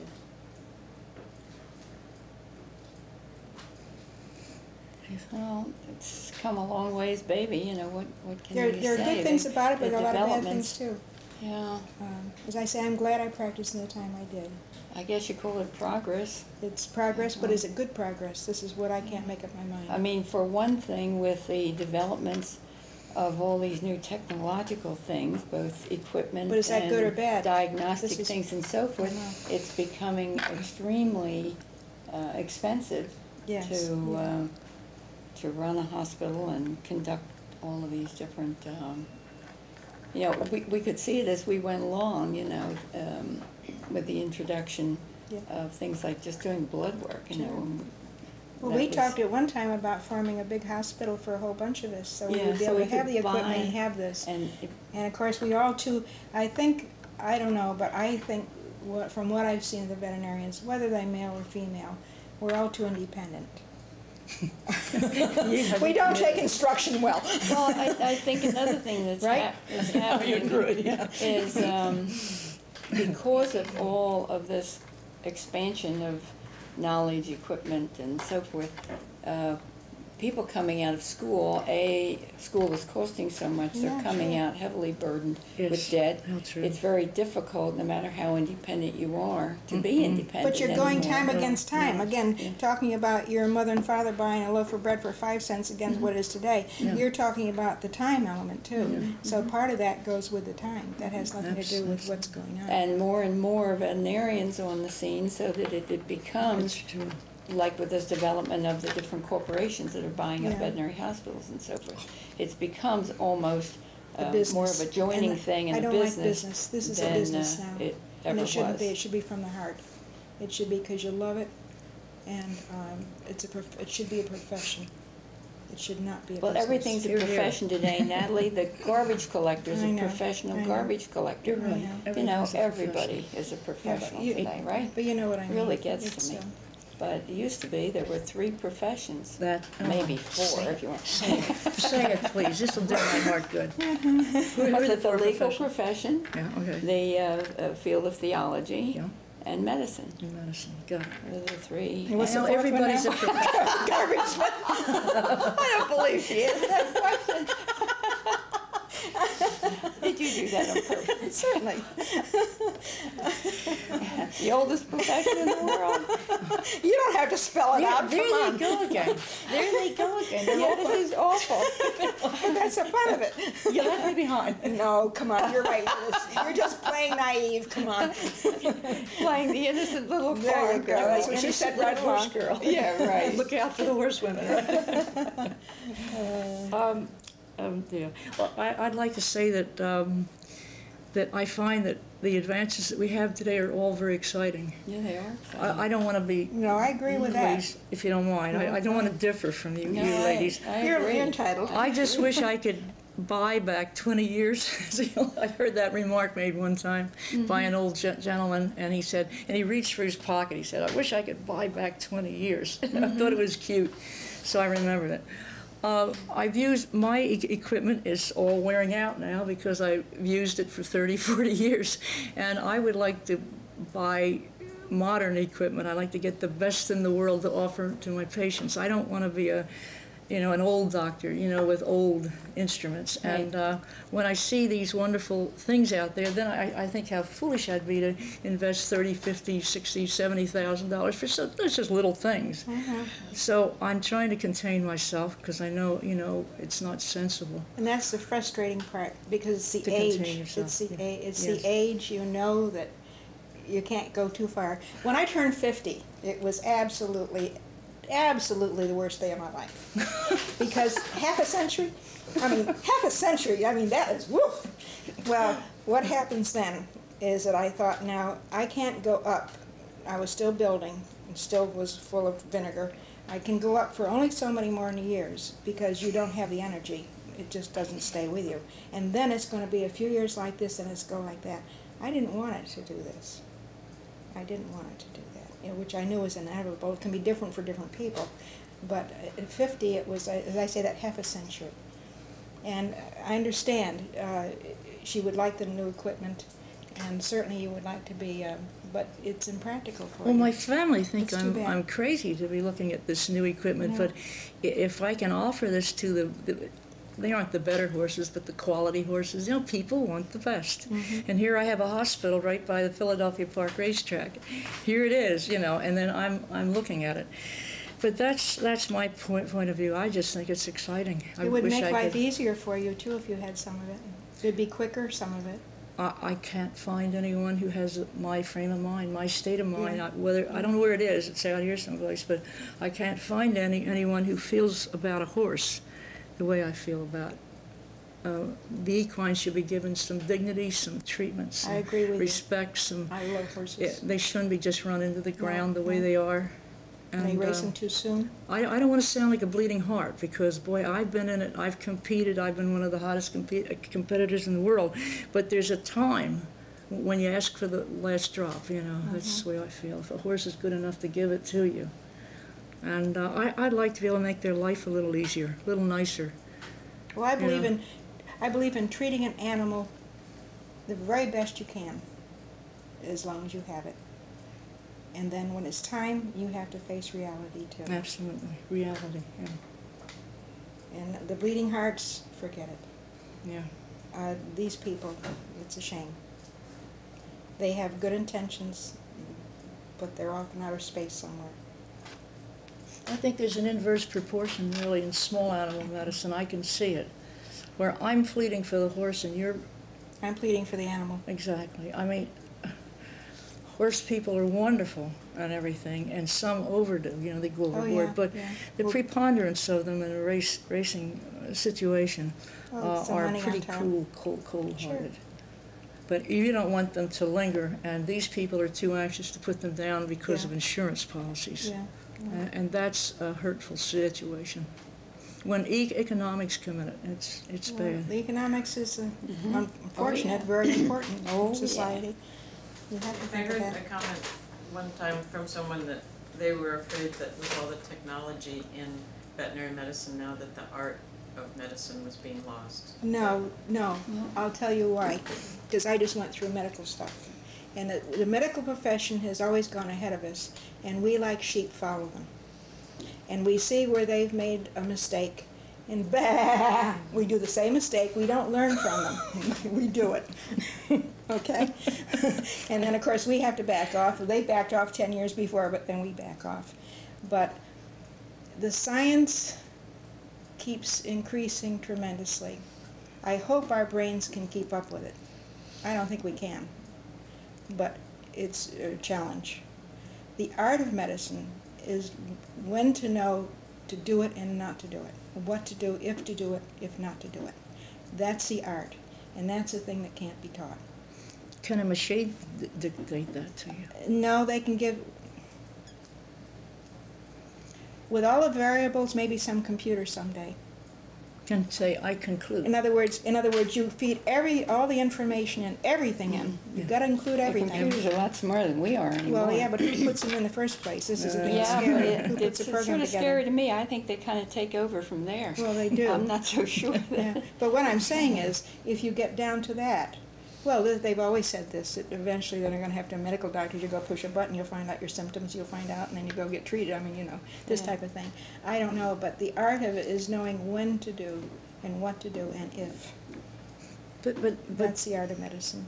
the sincerity, the conscientious, the Well, that goes- care but for that the goes with animal it. helps to dictate that, doesn't it? For When you us, say as it, humans, when yes. you say Oh, it, yeah. as human beings. Oh, yes. Oh, yeah. And that's not taught in a book. No, it isn't. It's not taught No, in it a isn't. classroom. No. The science of medicine, as I say, has made tremendous strides. Yes. And this frightens me, because I don't think man's mind can keep up with it. Not man's, you're right. I don't think it can keep up with it. Look at genetics, what's going to happen. Ooh, absolutely scary. Women too, Yes, kid. Some of it's a matter of control. and Well, yeah, but where we're going, because No, I think so- some of this business that's going on with the, you know, the child, what do I want to say? People who find they are having difficulty having children. yes, No, Going they carry this that too route, far. fertility. And then Yeah. you get this 7 and 8 born at a Yeah, time. well, So of course, I they say think they there's can a correct direction that. we're going with that that's a problem. Well, this is Litter. what I Yeah. started to say before. And there needs that- control. Do we have enough smarts, maybe that's part of what you're Yeah, saying, yeah. to project down the road Again, and see? again, they can't take no for an answer. Yeah. Go back to the original. Life has to be an acceptance thing. This is for everyone. You have to accept with many things that happen in your life. You can't say, no, I'm not going to allow this to happen. And this is what's happening, I think, with a lot of these women that want children can't have them. I'm going to have that baby. I'm going to do it one way or another. I'm going to have that baby, so they have 12 of them. I mean, you know, that makes a lot of sense. But Yeah. this is where we're failing to accept what happens in life sometimes. We think we can correct it or make it better, not better, make it the way we want it to go. And this is where getting into veterinary medicine or into anything, it was the way it fell for me. I tried hard. I wanted to be one. No women's lib business, that kind of stuff. I happened to get there. I was lucky, or whatever you want to call it. But you just can't have everything you want in this life. I was blessed. That keeps coming Okay, out. right, okay. When Right. I think back over, I Okay. wouldn't change a thing. No, I feel blessed. yeah. How do you I don't feel, like to Marcia? use the word, but I go with you. I don't know what the word means. Okay, It just sounds good. It sounds very good.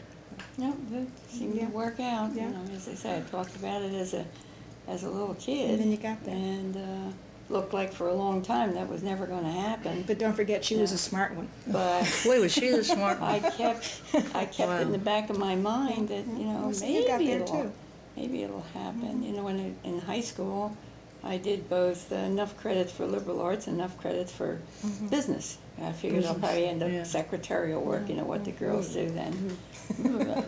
But, you know, Well, back Again, then, there weren't just- too many fields open for women. And Teacher, then, nurse, you Yeah. know, it's just, Well, I just have sort of two questions to sort of finish up, but one would be, do you have anything you'd like to share with the women veterinary students today?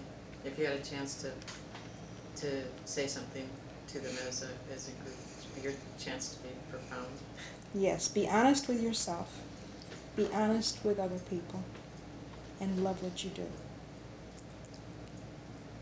well said. First. I'm a philosopher, May didn't I you know say that? May I repeat your? Yeah, why may I didn't I quote say you? that? That's nice. And you better like people too. You forget when you go into this, you're going to be dealing with people as well as animals. Oh, yeah, that's true. That's the thing you forget. Why didn't I think of it? Yeah, I think how some of the true. things that have happened along the way, something you just said that made me think of this, that people oftentimes coming out of school now, I ran into it with some of the people that I had working for me for a while. I know you have. that they're more concerned with all the other things than they are veterinary medicine, which is the nucleus of the whole thing. You know, you can't worry about whether you quit at 5 o'clock. It ain't that way. And whether you're necessarily going to have all the benefits right off the But it's bat. beginning to be that way, It Doris, is, which is it is. unfortunate. It is. We And had it tough because the hours we kept, yeah, were the kids ridiculous. today wouldn't do it. No way. They just wouldn't do it. And this is what I'm talking about. Whoops, just broke it. This is what I'm talking about. I hate to use the word dedication because that That's means it, you're yeah. something special. Yeah. It's just you love what you do. We have to take Today. Yeah. Yeah, everybody, their first line is, Yeah. how much do I make, how many benefits, Yeah. how many coffee Benefits, breaks, that's- you know. Well, the How thrill much of doing vacation it, the time thrill you- of doing a good thing, you feel you've done a good thing. You get blamed for things that you don't do, That's all and right. then you get really good. That's right. Things that you really don't Things you haven't deserve. deserved. It That's balances right. out. Yeah, it But as does. long as you can say to yourself, I did a good job. I did or the I did the best best I I could." could, and I'm pleased with it, and I'm happy with it, and that's what counts. Right. And it's so thrilling to be able to walk away from something and say, boy, that was great. I did a good job. And also, I thought when I went into practice that it was strictly, I felt badly I was going to small animal, because large animal was the meat and bread and butter, and this was the thing. This is way back when. As I got into it, I realized how important these small animals, the dogs and cats, are to people. Yeah, boy, How they- very important. There's not a luxury. It's a necessity for some of these people. And then I realized how serious what I was doing. And I'll tell you, I loved it all. I couldn't do it today because of the way things have changed.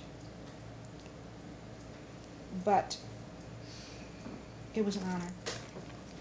And I'll tell you, it's a relief now that I don't have the responsibilities. The responsibilities are tremendous. Hmm.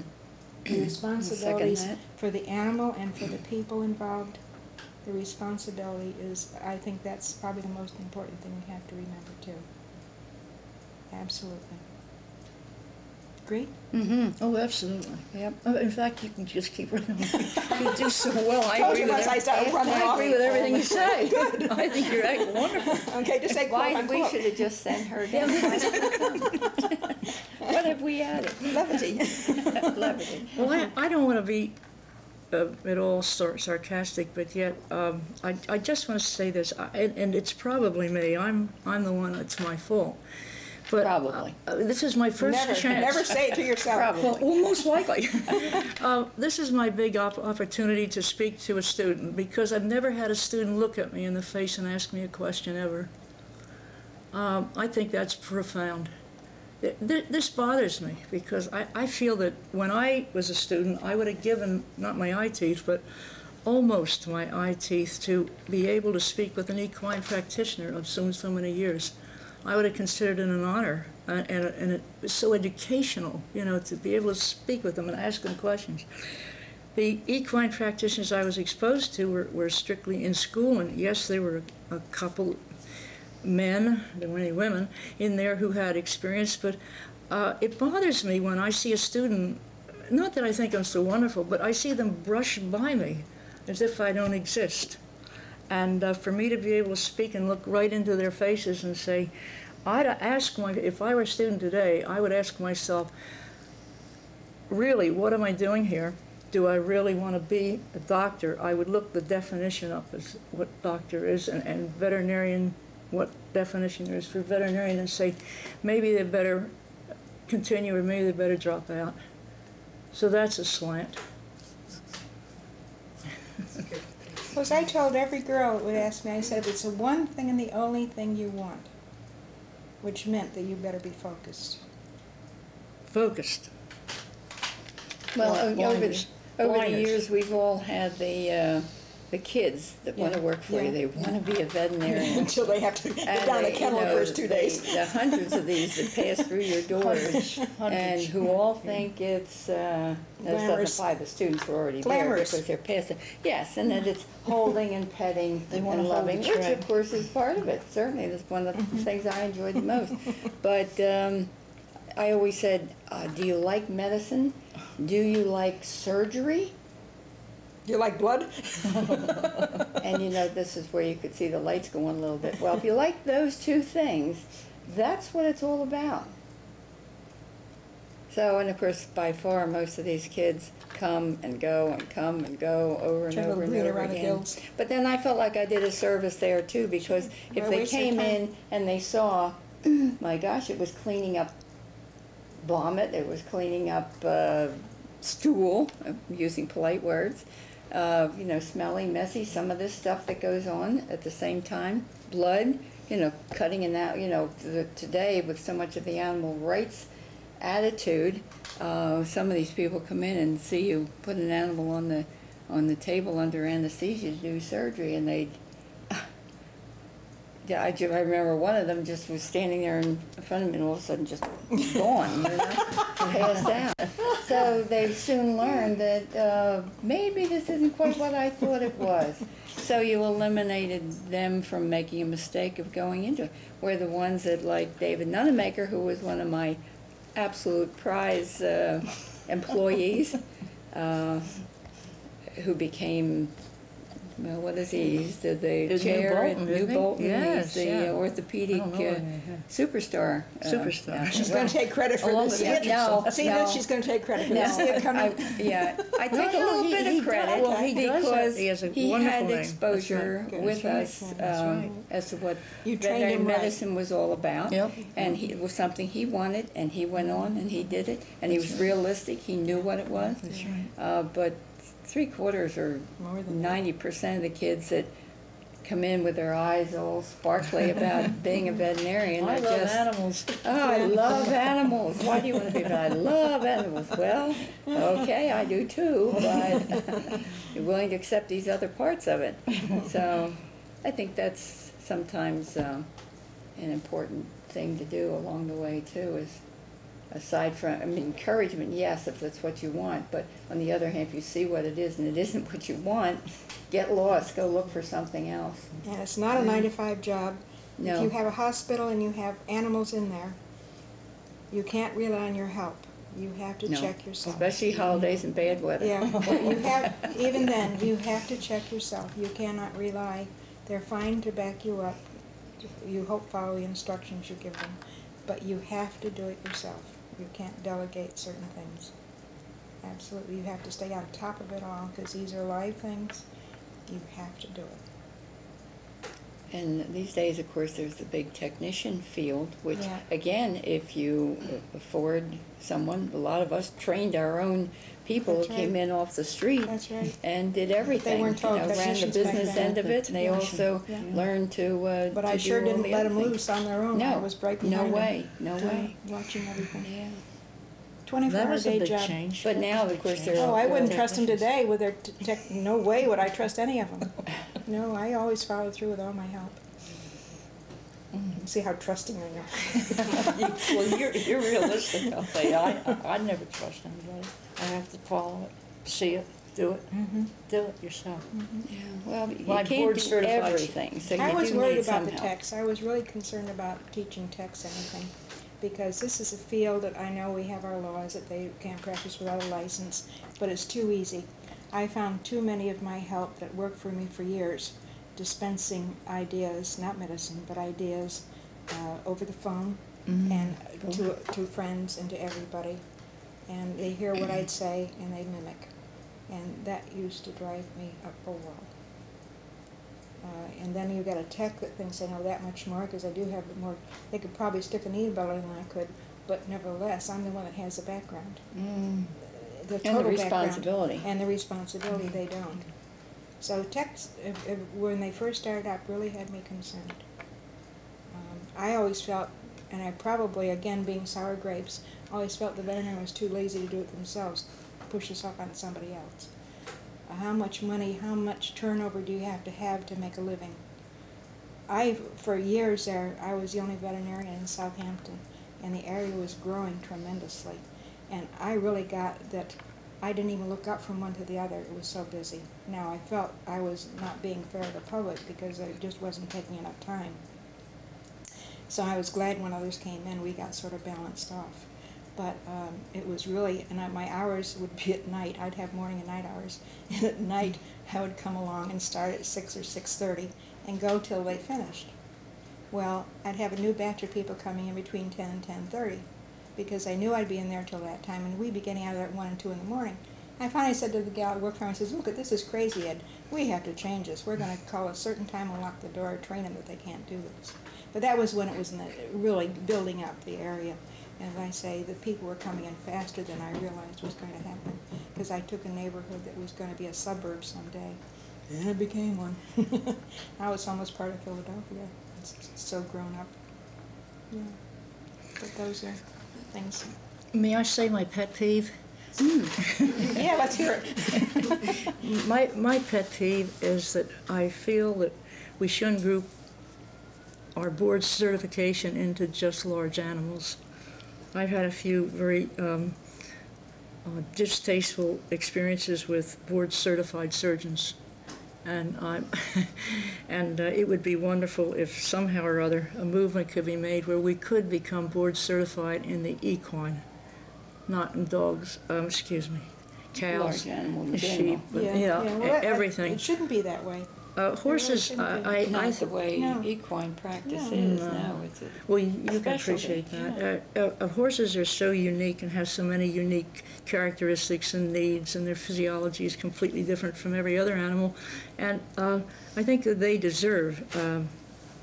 I sound like an advocate for the horse. They deserve board certification. In Well, the that's all. they're not a barnyard animal like the cows. They the are. cows They are. and No, they're competitive animals. pigs and everything And like they're that. a It's big, different. they're a big boon to the industry. You know, the industry is so large, the employment and everything. All the ramifications are there. They're very important in our country. When you think about the number of horses and the number of people involved and all the ramifications and the peripheral businesses that are involved. It's a big business, and I think we should straighten our veterinarians out so that they're qualified, and if they hold themselves up as an equine practitioner, be it so, but then when they're board certified, they should be able to be a fully equipped surgeon, fully equipped. They Which should be today I found that the board certified surgeons are of great disappointment in the equine field. Well, too general. It's like when we went to school, when do you start going into your one field that you're interested in? I don't know what they call it today. We didn't have that. Well, that's what I'm saying. We didn't have That's that what at I'm all. saying. We had to take everything. So for 4 years, we took everything. Yeah. Now you can sort of limit, we call it, when we got out, if you want to limit yourself to small animal.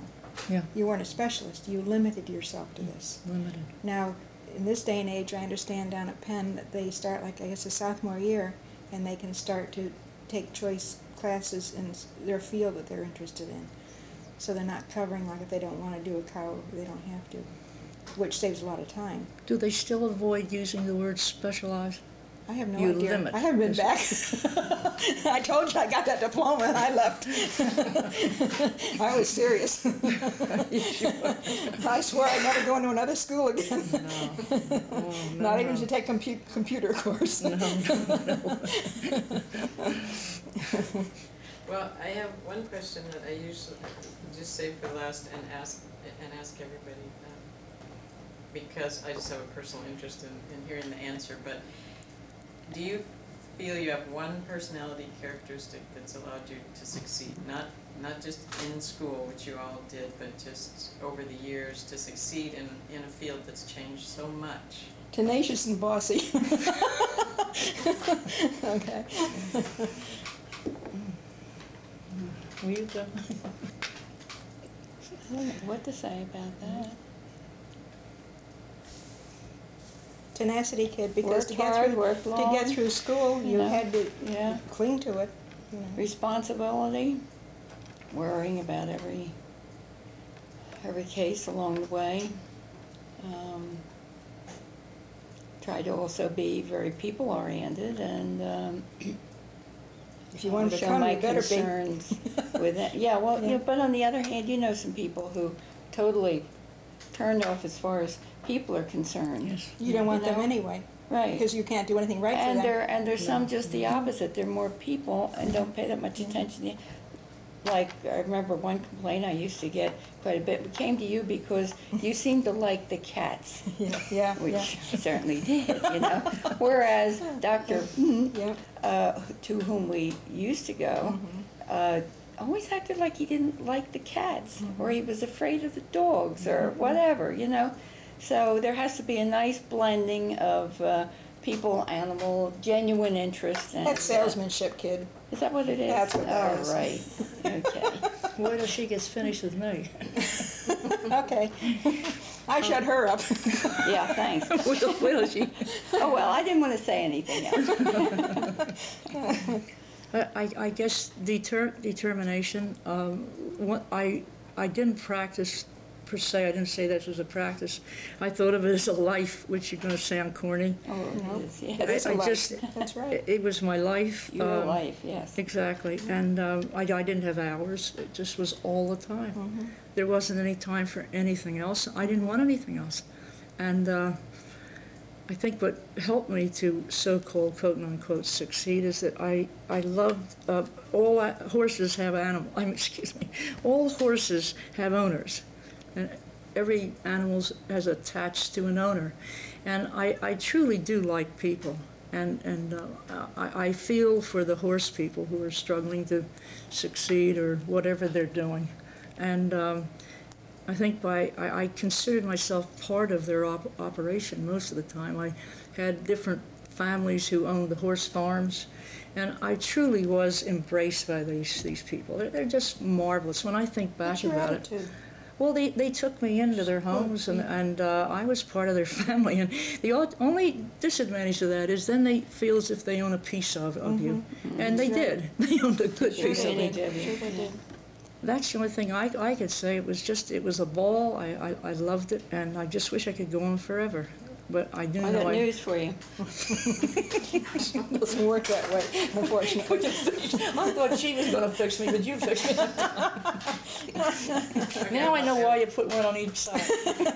One quick question. That was supposed to be the last one. That's it. This is one, okay, you can hold me to this one.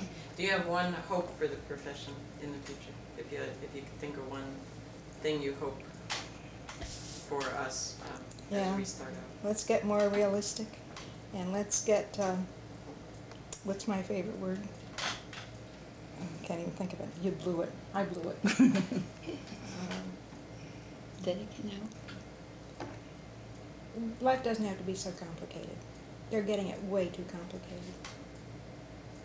It doesn't have to be this complicated.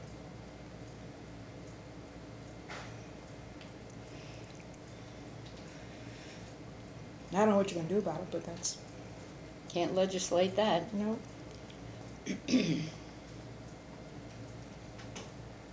I don't know. I keep saying to myself, what's going to be the next 20 years? I mean, look at things came along over several hundred years or what have you, slowly, whatever, and then the last 10 or 20 years, look at what's happened. My Bigger God, is not better. It's astounding, you know. You know, and you bigger is wonder not better. what's This going to is- be yeah. in another 20 years. Where are we going? Well, we know where we'll probably be. Well, they are concerned, I don't want to sound high and mighty, but I had an experience a couple of years ago after being in practice so many years, never having a problem with a member of the profession. But I think we should concentrate on ethics in the members of our profession, because I had quite an experience. It was ridiculous. I wanted to say something. Oh, the pharmaceutical companies, I'm concerned that they're buying us. I mean, I think we're losing control. Yeah, we have lost control. Well, see, I want to be optimistic. I want to say we're losing. We've lost it. We've lost. You don't start us on them. I resent these large drug companies. I just want to tell you it's kind of diabolic, but I resent them terribly. The way they take over our profession, dictate to us, run big ads that say the AAEP endorses blah blah, and trainer so-and-so is using such and such a drug, and tell your veterinarian to use it. Tell it, yes, isn't it wonderful? They have bought and I'll probably hear from this, but they have bought the AAEP. I had a member tell me the other day on the phone, he said, look, and he loves the AAEP, as I. He said, the AAEP now is a business. He said it's a commercial That's enterprise. Right. They are. He said they have all this money, they don't know what to do with it, grants of all sorts, and et cetera, and et cetera. And these drug companies are the ones pushing the money in. Sure. I wish we could go back to the good old days when the practitioner would drive in. I was going to say a horse and buggy. We don't go that far. But Not quite far. well, That's before my time. I remember speaking. Yeah, where have you been? Well, I have a mental picture because I used to listen to old Dr. Price and Dr. Bartholomew and Dr. Powell. All these men out in Chester County were all ingrained, in horses. They'd judge a horse show on the weekend and they'd treat horses all weekend and all that. And I remember the way they used to describe riding around horse and buggy and horse and carriage. The one doctor said to me, he said, don't ever make a statement about a broodmare. So I said, oh, really? And he said, well, I looked at a mare one time and she was pendulous and everything, and she looked imminent, but not. He said, I felt safe to drive home. So he got in his carriage and he got out this long lane, and all of a sudden the fella come on a horse. Hey, Doc, hey, Doc, hey, Doc. He was galloping up and catching. He said, the mare's fallen. So he turned around and went back. Well, he's still close. But I just wish we could back up a little bit. Not back up for the drugs. And I'm criticizing the drug companies. Let me also say, this is speaking out of both sides of my mouth, I'm so indebted to them, I could get on my knees for the wonderful drugs that they've given us. Absolutely. Because when I see what that can do for a horse, Yeah. I mean therapeutic drugs, not the propping up Yeah, I kind. know. I have so many horses running now because of these better drugs. I think of myself as a mechanic. I go in and I grease the joints before the race. Yeah. But it works. It's absolutely phenomenal. But it costs a fortune. Yep, that's true. Somebody's getting wealthy, aren't they? Well, I said, and I believe, we're the trained people. We have been trained to make diagnosis and to treat. The drug companies should offer to us and let us make the decision whether we want to use it. I don't want a client coming in and saying, I want this drug for my dog. I say, all right, how much background do you have? You have no business knowing about it, first of all. This is happening in the medical profession. And Yes, again, absolutely. we're following... Reader's Digest been doing this for years, publishing all sorts of information Yeah, for that's anybody. right, the Reader's Digest. Yeah, and it's terrible. They want, and they're going now, the Doylestown Hospital wants to put video, computers out so people can read up on the disease that they think they've got. If And then they think can ask intelligent questions to their doctor. They don't understand it anyhow. Well, this is the thing, It's exactly. stupid. And, it undermines the doctor, first of all. I mean, to ask too many questions, to try to explain those to, and the people don't understand it, secondly, and they'll get out of there and they'll misquote you as soon as they leave the door, so you're afraid to say anything, and it's a real mishmash. And I swear the pharmaceutical makes drugs and find things to match it. I don't like them. They've done some wonderful things, but stop, but it's all money. Everything's based on money today. Money. Money, money, money. And it should not